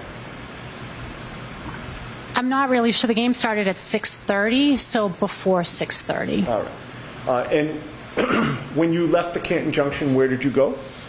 I went to Canton High School to watch the game. And in the gymnasium, with whom did you sit to watch your daughter's basketball game? I'm not sure who I sat with, but it would have been those parents from the varsity team, whoever was there and wherever there was a spot. Was it generally a custom that the parents of all the kids on the team would kind of congregate together in the stands? Correct. Do you recall what time the basketball game ended? I believe the game ended around 8:30. Where did you go after the basketball game? So after the game ended, I went down and waited on the court for my daughter to come out of the locker room, greeted her, the players, and then I said to everybody, I'm going home. Okay. And you did go home? Correct. I went home after the game. And having now made it home, what were your plans that night? So my plans were to stay home. I was tired. I worked all day, watched the game. I was pretty much done with the day. So my plans were to stay home. At some point, did those plans wind up changing? So then I started getting text messages from my husband saying, you should come out. We're going to go to the Waterfall. And I said, no, I'm not coming. And what is the Waterfall? So that's a restaurant that has a bar, and it's in Canton on Washington Street. Okay, so you've given your husband the stiff arm, so Correct. to speak, right? You're Correct. not going. Not going. So what happens? So then he keeps on texting me. He's like, I'm at the Waterfall. You should really come. It's fun. There's a band. And I was like, oh, really? Like, I don't want to go. And then my kids got involved with the conversation. And how did that affect your decision? So they started saying to me, Mom, you never go out. You never do anything. You know, Dad's by himself. Just go. Keep him company while he eats. So I reluctantly went. All right, so you were guilted into it. Guilted 100% into it. All right, so where did you go? So then I went to the Waterfall. Do you recall about what time it was that you got to the Waterfall Bar and Grill? I believe I got there approximately 9:30 or so. And when you first arrived there, who was there, if anyone, that you recognized? So my husband was there, and then I recognized Jennifer and Matt McCabe. And what happened after you got there? So after I got there, I walked in. And I said to my husband, I'm like, where is everybody from the basketball team? And he said, I don't know. They all sort of split up. He said, don't worry. Just hang out here. I already ordered a sandwich. So just hang out with me while I eat, and then we'll go. And were you introduced to anyone? Yeah. So then Jennifer McCabe started introducing me to all her family. So I got to meet a lot of them. It was fun. It was a good time. And do you recall specifically who you met? So I think I believe I met. Well, she sort of just introduced me to whoever was at the table. So I'm not sure 100%, but just like the niece, her sister, her brother-in-law, like people like that. All right, the Albert family? Correct. And when you're being introduced to a bunch of people at once, it can be tough to keep everybody's names straight at the time? Right, it's kind of overwhelming. There was a lot of Jen's family. Now, what were you drinking that night? So that night I drank water. And the whole time you were at the Waterfall, did you drink anything else except for water? I only drank water that night. Now, was there a point when you were going to leave the Waterfall before they closed up for the night? I'm sorry, can you repeat that? Sure. You wound up leaving at a certain time, correct? I never left. Well, you left because you're in court today. You're not still at the Waterfall. Okay, correct. So what I'm trying to get at is, at some point you left the Waterfall, but was there a point before that where you were planning to go? Correct. Tell us about that. So my husband had eaten, and I said, you know what, I think I'm going to get going. And I was about to get going, and then John and Karen walked in. Okay. And when you say John and Karen, you're referring to? John O'Keefe and Karen Reed. And why did that change your plans? I was excited to see them. I liked Karen, so as soon as I saw her walk in, I was like, hey, I'm going to stay. I want to talk to her. And what did you notice about John O'Keefe's mood when he arrived that night? So John was very happy. His niece had just gotten into a private school called Bishop Fian, and that was like the first thing he was talking about. He was elated that she got in, and he was telling everybody about that. And thereafter, how much interaction did you have with John and or Karen? Karen and I probably spent the entire night talking. Maybe give or take some time that we didn't, but the majority of the time Karen and I were speaking together. And if you had to estimate, how long a conversation did you have with Karen?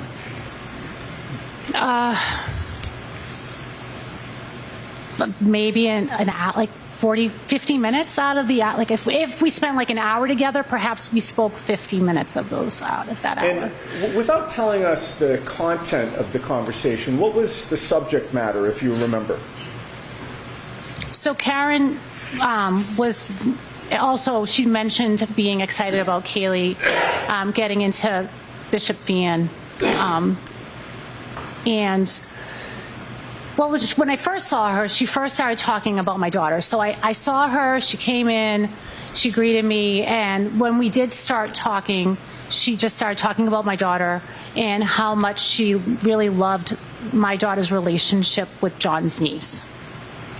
Okay. And while you were having this conversation with Karen, was it an easy conversation back and forth? Very easy. Where were you located within the Waterfall while you were having this conversation? We were at a height. I don't remember where we were. We were talking. We were sitting down talking at a table. And how close did you get to her when you were speaking with her? In order for someone to hear you, because of the band being so loud, we were probably a couple feet from each other. And in what direction were you facing when you were speaking to her? And I'm talking in relation to Karen. I don't remember if she was next to me at this point. She could have been next to me at this point. All right. And your face would have been facing where? At her. Okay. That actually was the question. I'm sorry. This is kind of a stilted way to talk, but I have to ask the questions this way. We were face to face. There you go. All right. So in other words, Karen was also facing you when she was speaking to you? Correct. Did you notice what Karen was drinking? So she was drinking a drink out of, it was a clear liquid out of a clear glass, and I assumed it to be alcohol of some sort, but I'm not sure. And while you were talking with her, can you describe, was the conversation coherent? Very coherent. Was she making sense? She was. Was she engaged in the conversation? She was. And did you make any observations regarding her sobriety? She seemed fine to me. And you're a pharmacist, correct? I am a pharmacist. And you were that night? I was that night. How much interaction did you see that Karen had with John O'Keefe? They had some interaction. And was there one specific interaction that stands out in your mind, then and today? And I'm talking about a physical interaction. When they hugged at one point. Okay. And did John come over to Karen at one point and do something? He did. What did he do? So John went over to Karen and he gave her a kiss on the forehead. Okay. And that kiss on the forehead, why did that stand out to you? So, honestly, I'd never seen something like that before, a boyfriend do to a girlfriend in public. Never saw that. So it just stood out to me. I was like, wow, that's the sweetest thing I've ever seen. Can we cue up Exhibit 22, Mr. Wilk? I'd like to go to approximately 11:36 and 41 seconds. And if we can, well, first of all, have you seen that video before, ma'am? I have. Do you recognize what Exhibit 22 depicts? It shows the waterfall. And is that consistent with what it looked like when you were there that night? Correct. And you've previously identified that as being a fair and accurate video of that night? I do. If we could zoom in, well, first of all, again, let me try and lay a foundation.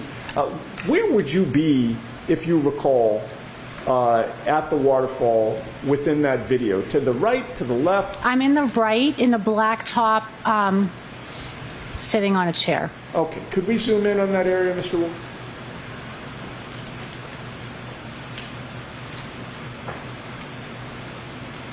Okay. We've zoomed in. Do you see yourself? I do. And where are you seated? So there's a white jacket on the back of a chair. That's me. And do you see anybody else in that video that you now recognize?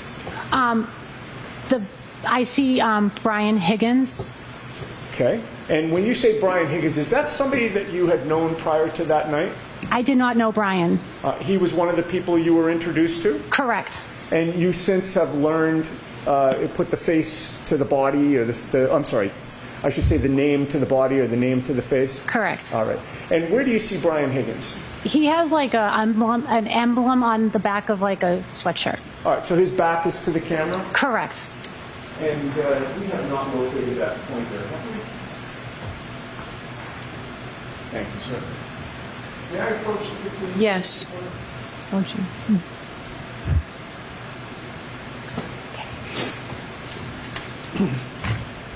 Now, if you can, ma'am, would you please use that pointer to show where you are first.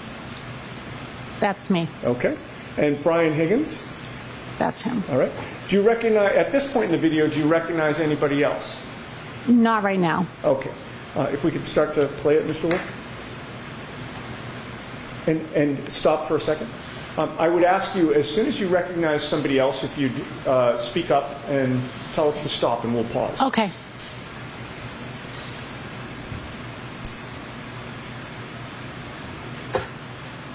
So right there is Karen's head. Okay. Is that the back of Karen's head, or?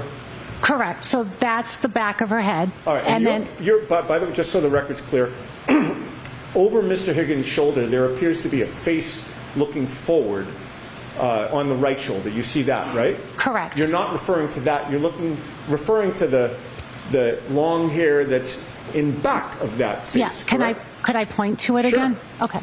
So I'm referring to that head right there. Understood. Okay. And then, I think you had said something else. And then that right there is John O'Keefe with the hat. Okay. There's a ball cap. Correct. And on the video, as we're looking at it, it's to the right, up the top. It's to the right of the PM chyron there. Right up the to the top right of the screen. Correct. Sorry. If we could continue to play. Stop. What do you see? So I see John giving Karen a kiss on the forehead. Is that what you saw that night? I did. I was looking right at them when it happened. You were facing them? I was facing them. And what about Mr. Higgins? Where was he facing? It appears that he's facing them as well. That happened right in front of him? That's what it looks like. If we could play further.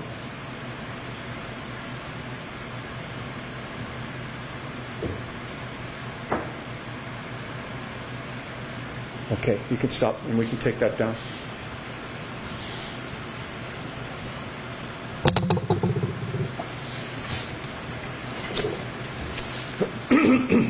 Now, that night, did you have any information about the nature of Karen Reed's previous interactions with Brian Higgins? None whatsoever. Okay.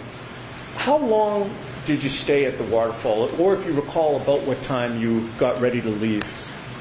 I believe things wrapped up around midnight.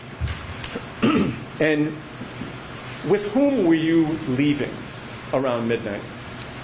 So my husband and Matt McCabe stayed behind. They were helping the band clean up and stuff. So it was myself, Jennifer McCabe, and Karen Reed that walked out together. Okay. And you've previously seen video footage of the end of the night with yourself, Karen, and Jennifer McCabe sort of in a grouping? Correct. And excuse me, I'm sorry that I just need to clear my throat. I hope that's the last time. That's okay. Did you see on that same video at the same time, there's a grouping in another area of the bar at the same time? Correct. And do you recall who was in that grouping?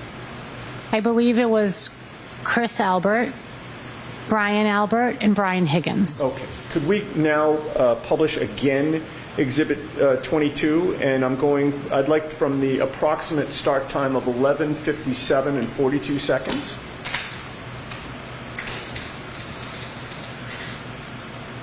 And if we could hit play, Mr. Wolf. Oh, I'll tell you what, stop it for a sec. Thank you. Could you zoom in, please, on the right portion of that video, the upper right? We'll start with that. Okay. So this is the start of this clip. It looks to be 11:57 and 38. Do you see anybody in that clip that you recognize? Yes. So I am the person with the jacket with the fur around the hood, and Karen Reed is the other woman that I'm talking to. Right. We could play that, Mr. Wolf?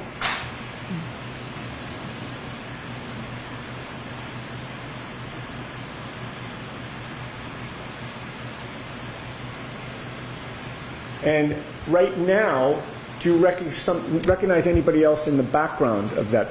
So to the right in the plaid shirt is my husband, Nicholas. Okay. What about over your left shoulder? So over my left shoulder is John O'Keefe. And does that appear to be his back? Correct. Okay. If you can play. And he was in, stop for a second. He was in your line of vision at that point, correct? Correct. What does he appear to be doing? He appears to be like paying a tab or something like that, or maybe getting a drink. I'm not sure. Okay. And do you see him looking in a particular direction right now? He looks to be looking over his left. Continue to play. Oh, if we could pause for a second. I neglected to ask you to point out with the pointer. We have I'm it sorry. now. We might as well use it. Okay. If you could point to yourself first. Okay. So that's me. All right. Karen. That's Karen. And John O'Keefe. That's John. Okay. Continue to play, Mr. Wolf.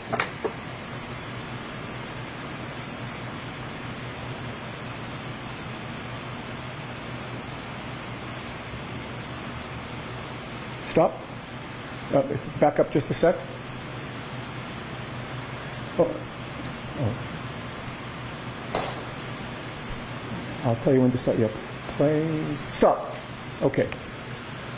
Do you see what direction John O'Keefe is facing now? He's looking to the left. Okay. Keep going. Keep going. Stop. What direction is he facing now? To the left. And what is over to the left? I believe that's where the other group of men are located, perhaps. Okay. Keep playing. And I'd like to run this to 11:58:25.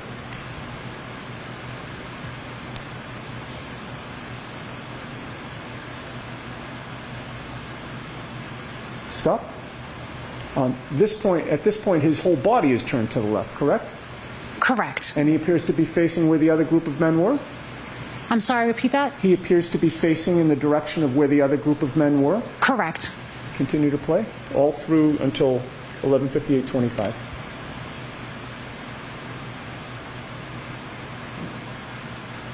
Okay, that's perfect. Now, keeping the video up, I'd like to now scroll over to the left side of the screen, and we're going to start that at 11:57:42, the same approximate time we started the previous discussion.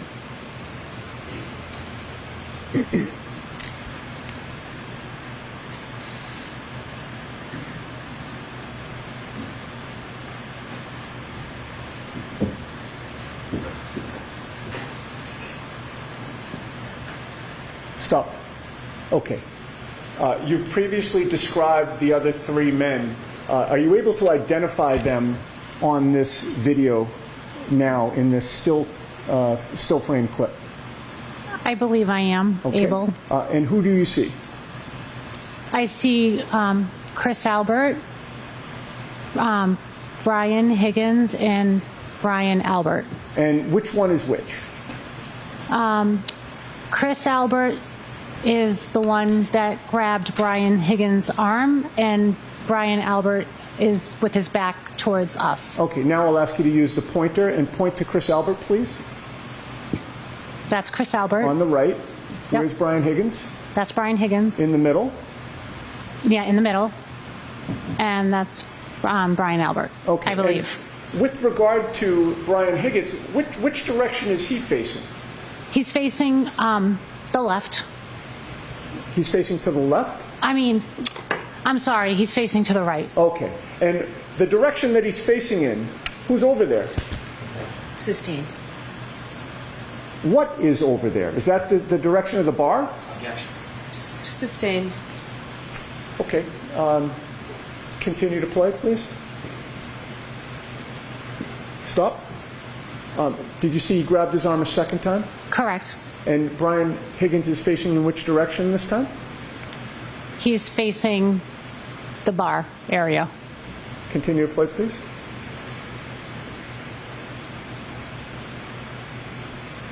Okay. You noticed some motion that Brian Higgins made?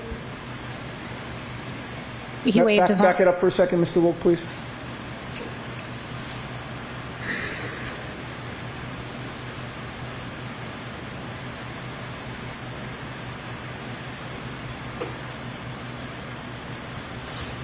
Stop.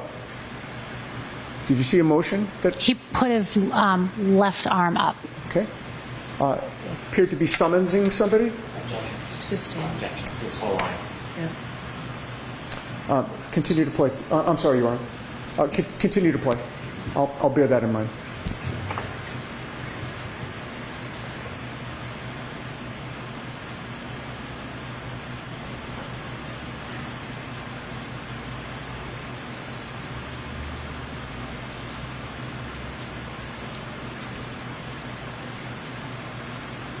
Okay, we can stop there. Ms. Kolakithis, did you see how many times Brian Higgins motioned with his arm? Sustained. Commonwealth versus please, Mr. Understood. Understood. Now, prior to this night, had you known or been aware of Chris Albert? Just knew him from seeing him at D&E Pizza. Okay, and you say you've seen him at D&E Pizza in what capacity? I think he's the owner there at D&E Pizza, and we've gotten pizza there before. And you'd been in that establishment before? Correct. And with regard to Brian Albert, have you had any interaction with him, either that night or before? So that night, I was introduced to him, and I think I even spoke to him a little bit there, and then maybe saw him like a basketball game. I don't remember him really prior to that night. Okay. Now, I'd like to play the portion of the video where you are then leaving and ask you some questions about that. Yes, I think we can zoom out and perhaps hit play, Mr. Wolk, at this point.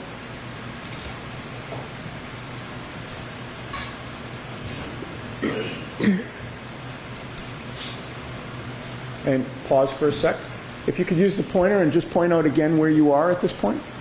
That is me. All right. And are you able to see Karen at that point? She's right there. Okay. And what about Jen McCabe? Are you able to see her at that point?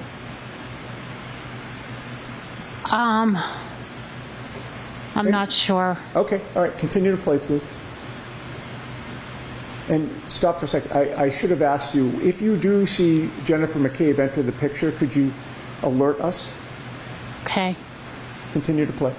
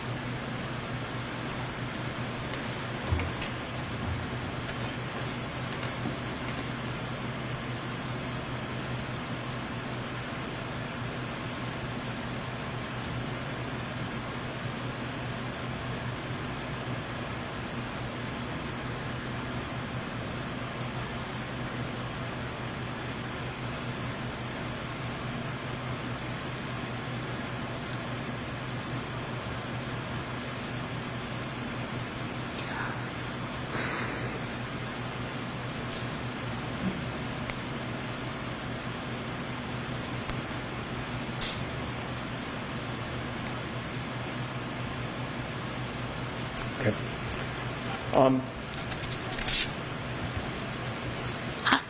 When you can turn the lights back on. When you were leaving the establishment, whom did you leave with? So again, it was myself, Jennifer McCabe, and Karen. Did anything unusual occur when you were leaving? So as we were leaving, Jen went over to Karen, kind of put her arm around her, and she started saying, "You're coming with me, you're coming with me." And Karen's like, "Huh? Like, what? Like, where are we going?" And I'm going to sustain the objection. The first part of that answer, the putting her arm around her, you're coming with me. Why did that stand out in your memory? Just because I was there too, and it just was strange. It was just like, you're coming with me. Like, it was just something that stood out to me. You weren't included. I mean, no, it's fine. I mean, it was just stood out, you know? Yeah. Did Karen go with Jen McCabe? No, she did not. What did you see her do? So then, out of the clear blue, thinking that Karen was going to go with Jen, I see Karen with John. And where did you see Karen with John? I saw them just I was parked across Washington Street, across from the restaurant, and I just saw Karen and John like walking down towards what used to be Amber Road, a place. It used to be Amber Road? It used to be Amber Road, yeah. Is that a Amber Road cafe? Correct. It was like a restaurant. It was like a little cafe shop. And did you figure out why they were walking in that direction? That's where I think Karen had parked her car. Did you have any concerns about Karen being able to drive that night?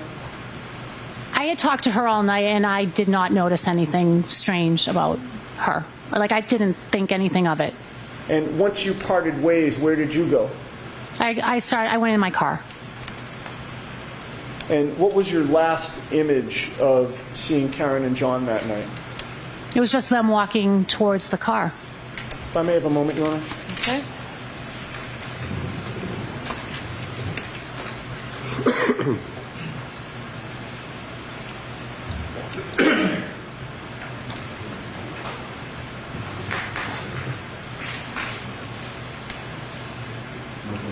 Thank you so much. Okay. All right. Mr. Brennan?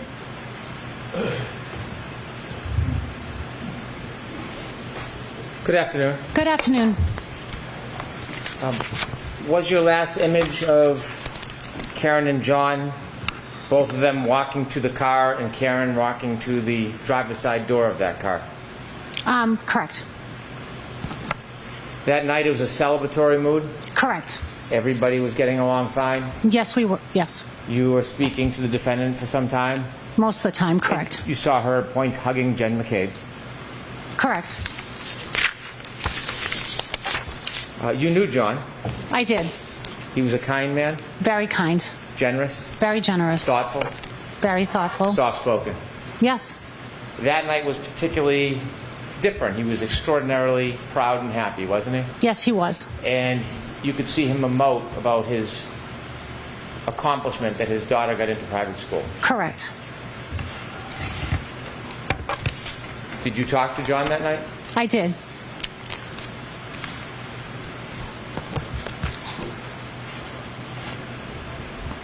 No further questions. Thank you. All right, Ms. Kolakithis, you are all set. Okay, thank you. So why don't I see counsel regarding scheduling?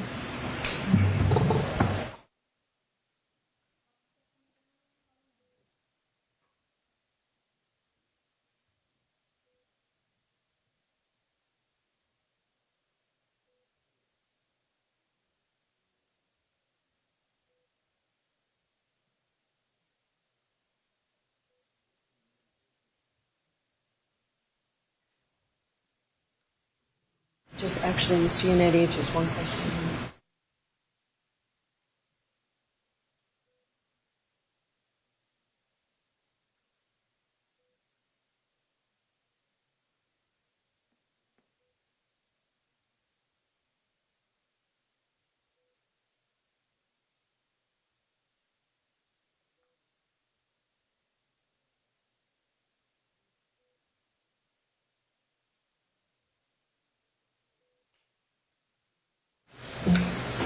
So I'm going to talk to the lawyers about scheduling.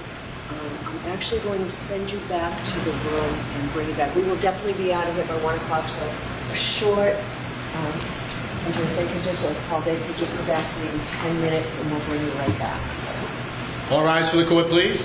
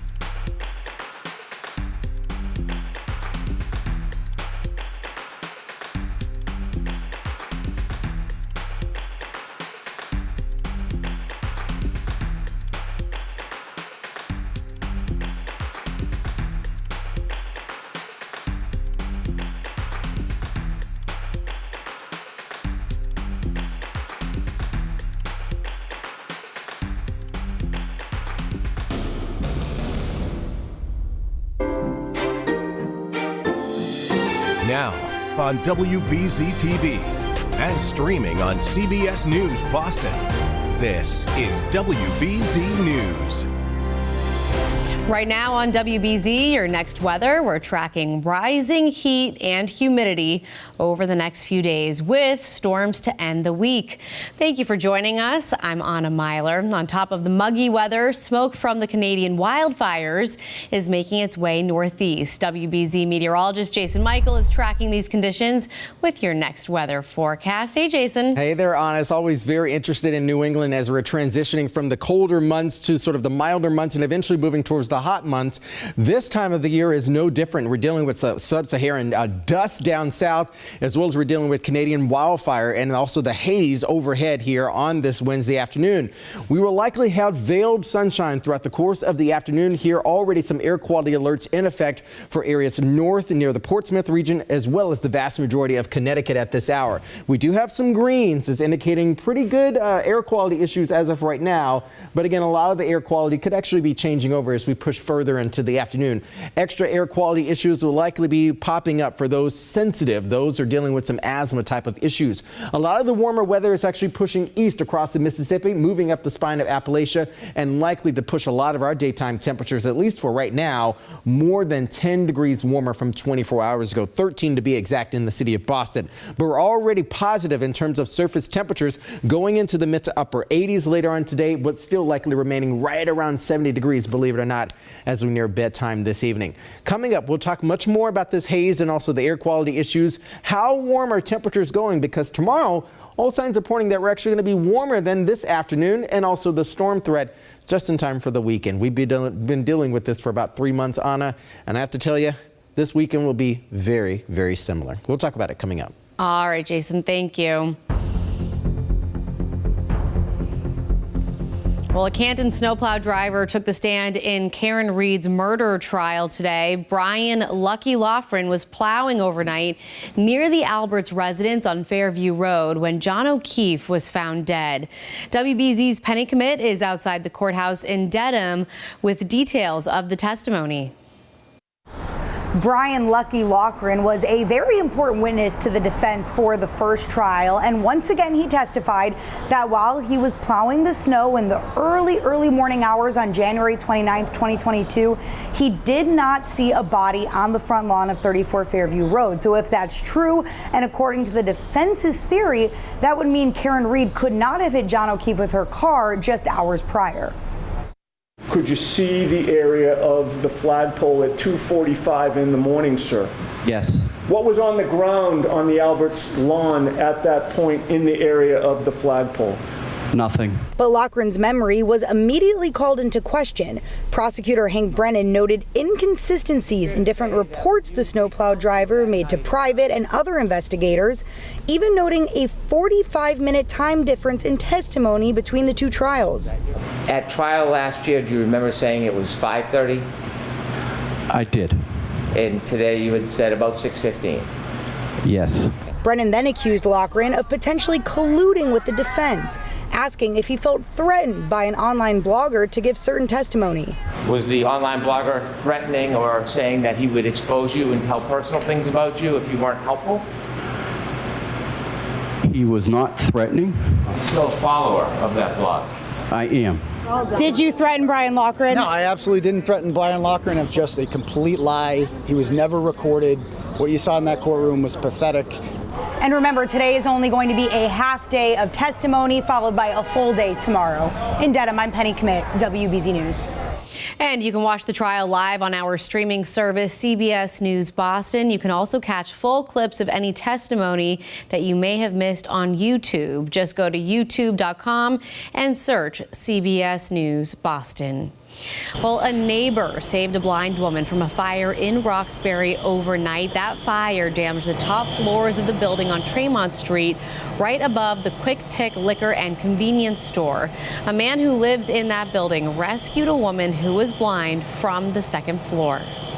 I ran back upstairs on the third floor, grabbed my phone so I could use it as a flashlight. Then I went back downstairs, looked for her, picked her up, put her over my shoulder, proceeded to go down the steps with her. And that's when one of the firefighters came. That woman was taken to the hospital. Right now, there's no word on her condition. Well, a man is now facing a manslaughter charge in the death of his brother. The DA's office says 33-year-old Christopher Loughran of Northbridge shot his older brother, 36-year-old Jonathan Loughran, in their home last month.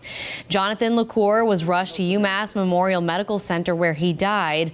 Authorities say the shooting may have been accidental. The Milford teenager who was arrested by ICE agents will have his first court hearing tomorrow. Marcelo Gomes was detained on Saturday while he was on his way to volleyball practice.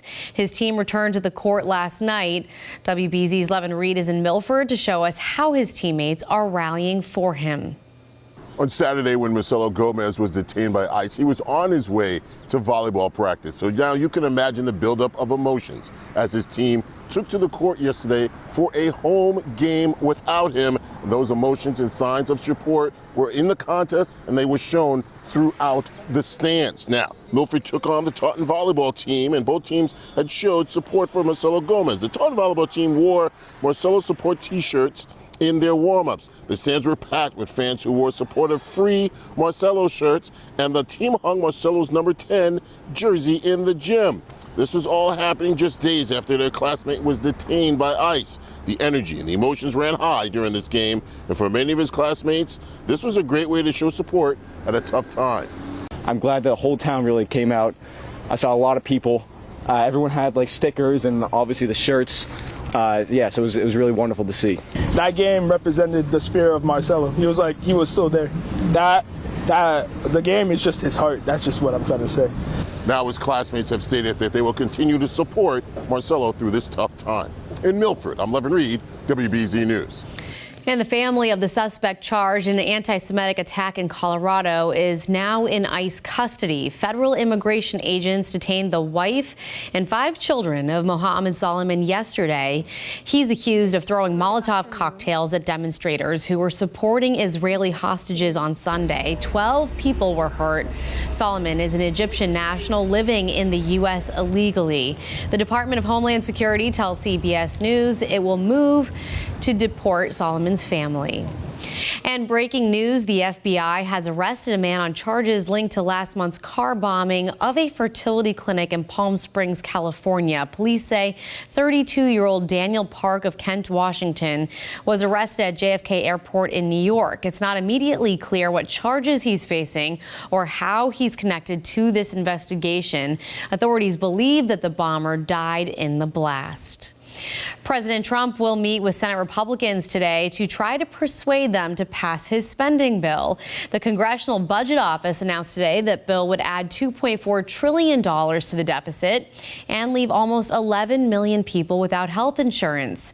We're also seeing new tariffs take effect, as CBS's Natalie Brand tells us. From car manufacturing to beverage cans, businesses say they're bracing for the impact of President Trump's doubled tariff on imported steel and aluminum. Trade groups, including the Can Manufacturing Institute, say consumers... Twice to just come back shortly. I'm sorry I inconvenienced you that way, but we were able to talk. I am assured not only are we on schedule, we are ahead of schedule. I understand tomorrow is supposed to be very hot. Court officers are concerned about how we're going to keep the fans and air conditioners going and be allowed to hear the witnesses. I've talked to the lawyers. Everybody's in agreement that because we're ahead of schedule, we give you tomorrow off. All right, so we won't be in session tomorrow. We will be in session Friday all day. So those same reminders, please do not discuss this case with anyone. Don't do any independent research or investigation into this case. If you happen to see, hear, and read anything about this case, please disregard it and let us know. And be careful with your social media use. We'll see you on Friday. Right. All right.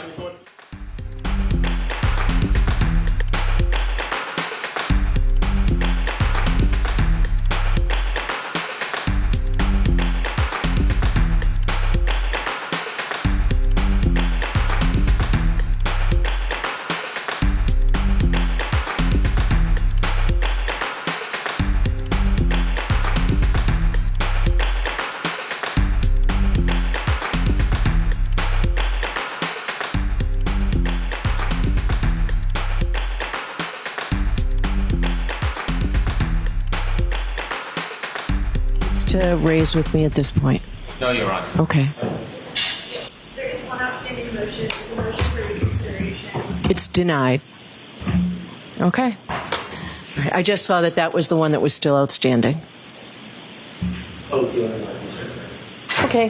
Thank you all. We'll see you Friday morning.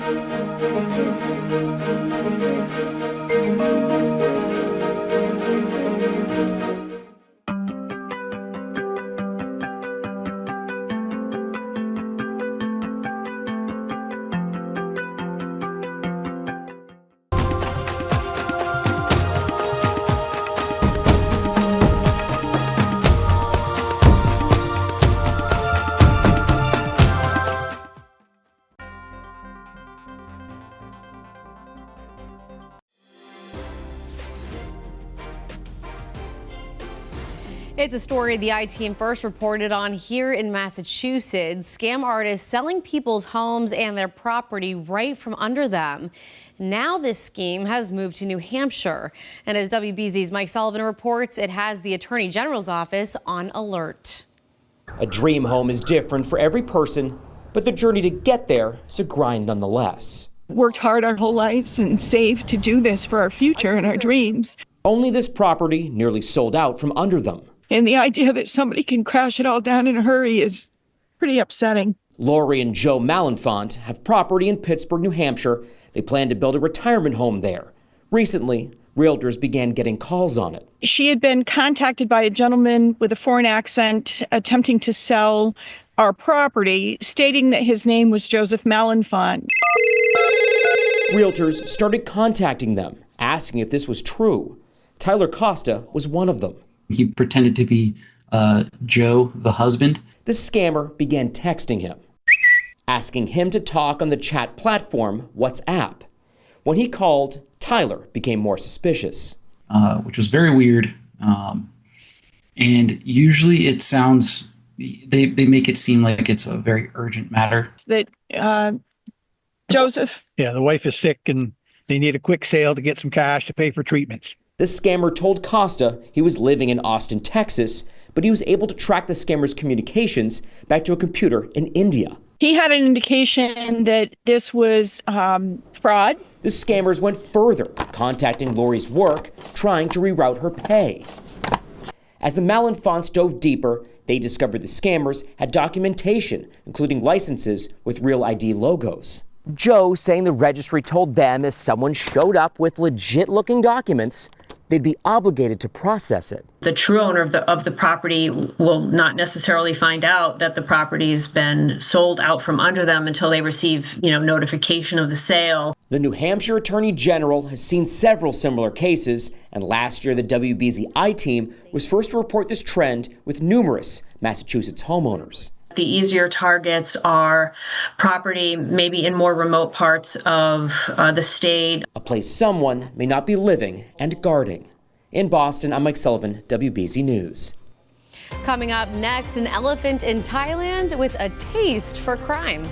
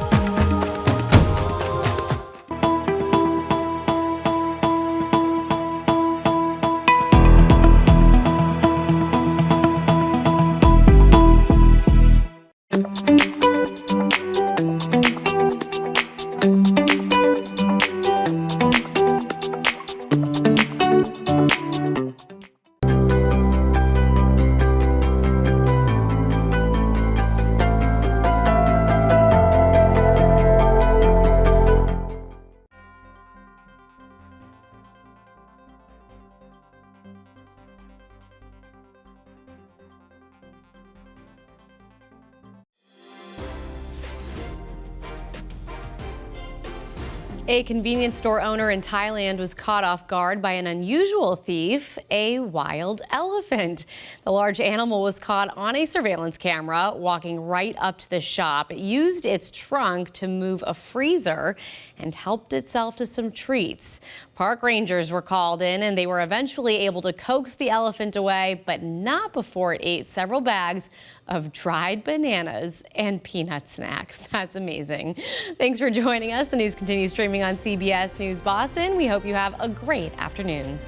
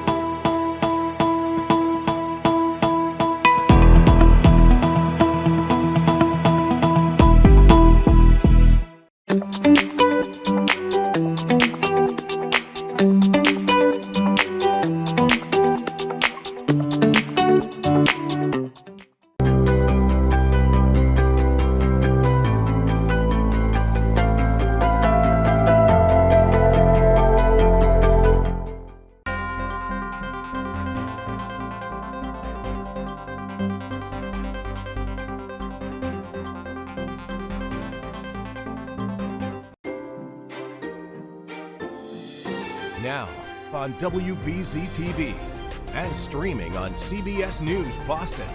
This is WBZ News. Right now on WBZ, your next weather, we're tracking rising heat and humidity over the next few days with storms to end the week.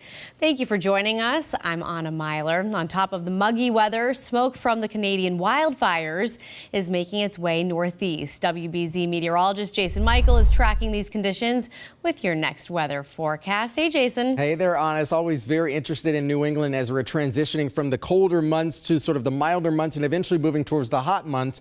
This time of the year is no different. We're dealing with sub-Saharan dust down south. as well as we're dealing with Canadian wildfire and also the haze overhead here on this Wednesday afternoon.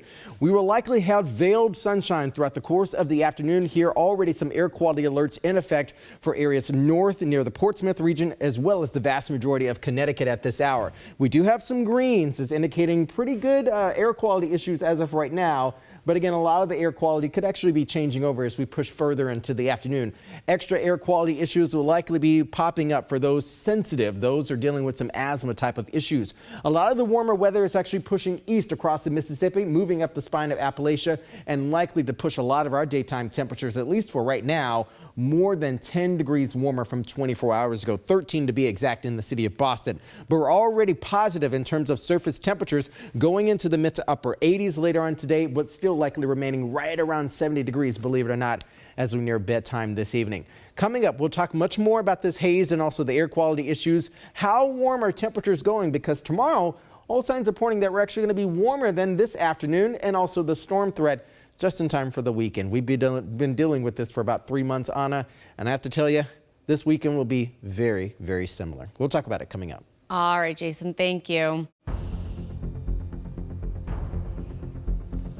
Well, a Canton snowplow driver took the stand in Karen Reed's murder trial today. Brian Lucky Loughran was plowing overnight near the Alberts residence on Fairview Road when John O'Keefe was found dead.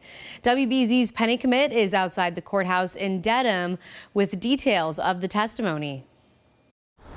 Brian Lucky Loughran was a very important witness to the defense for the first trial, and once again he testified that while he was plowing the snow in the early morning hours on January 29th, 2022, he did not see a body on the front lawn of 34 Fairview Road. So if that's true, and according to the defense's theory, that would mean Karen Reed could not have hit John O'Keefe with her car just hours prior. Could you see the area of the flagpole at 2:45 in the morning, sir? Yes. What was on the ground on the Alberts lawn at that point in the area of the flagpole? Nothing. But Loughran's memory was immediately called into question. Prosecutor Hank Brennan noted inconsistencies in different reports the snowplow driver made to private and other investigators, even noting a 45-minute time difference in testimony between the two trials. At trial last year, do you remember saying it was 5:30? I did. And today you had said about 6:15. Yes. Brennan then accused Loughran of potentially colluding with the defense, asking if he felt threatened by an online blogger to give certain testimony. Was the online blogger threatening or saying that he would expose you and tell personal things about you if you weren't helpful? He was not threatening. I'm still a follower of that blog. I am. Did you threaten Brian Loughran? No, I absolutely didn't threaten Brian Loughran. It's just a complete lie. He was never recorded. What you saw in that courtroom was pathetic. And remember, today is only going to be a half day of testimony, followed by a full day tomorrow. In Dedham, I'm Penny Commit, WBZ News. And you can watch the trial live on our streaming service, CBS News Boston. You can also catch full clips of any testimony that you may have missed on YouTube. Just go to youtube.com and search CBS News Boston. Well, a neighbor saved a blind woman from a fire in Roxbury overnight. That fire damaged the top floors of the building on Tremont Street, right above the Quick Pick liquor and convenience store. A man who lives in that building rescued a woman who was blind from the second floor. I ran back upstairs on the third floor, grabbed my phone so I could use it as a flashlight. Then I went back downstairs, looked for her, picked her up, put her over my shoulder, proceeded to go down the steps with her. And that's when one of the firefighters came. That woman was taken to the hospital. Right now, there's no word on her condition. Well, a man is now facing a manslaughter charge in the death of his brother. The DA's office says 33-year-old Christopher LaCour of Northbridge shot his older brother, 36-year-old Jonathan LaCour, in their home last month. Jonathan LaCour was rushed to UMass Memorial Medical Center where he died.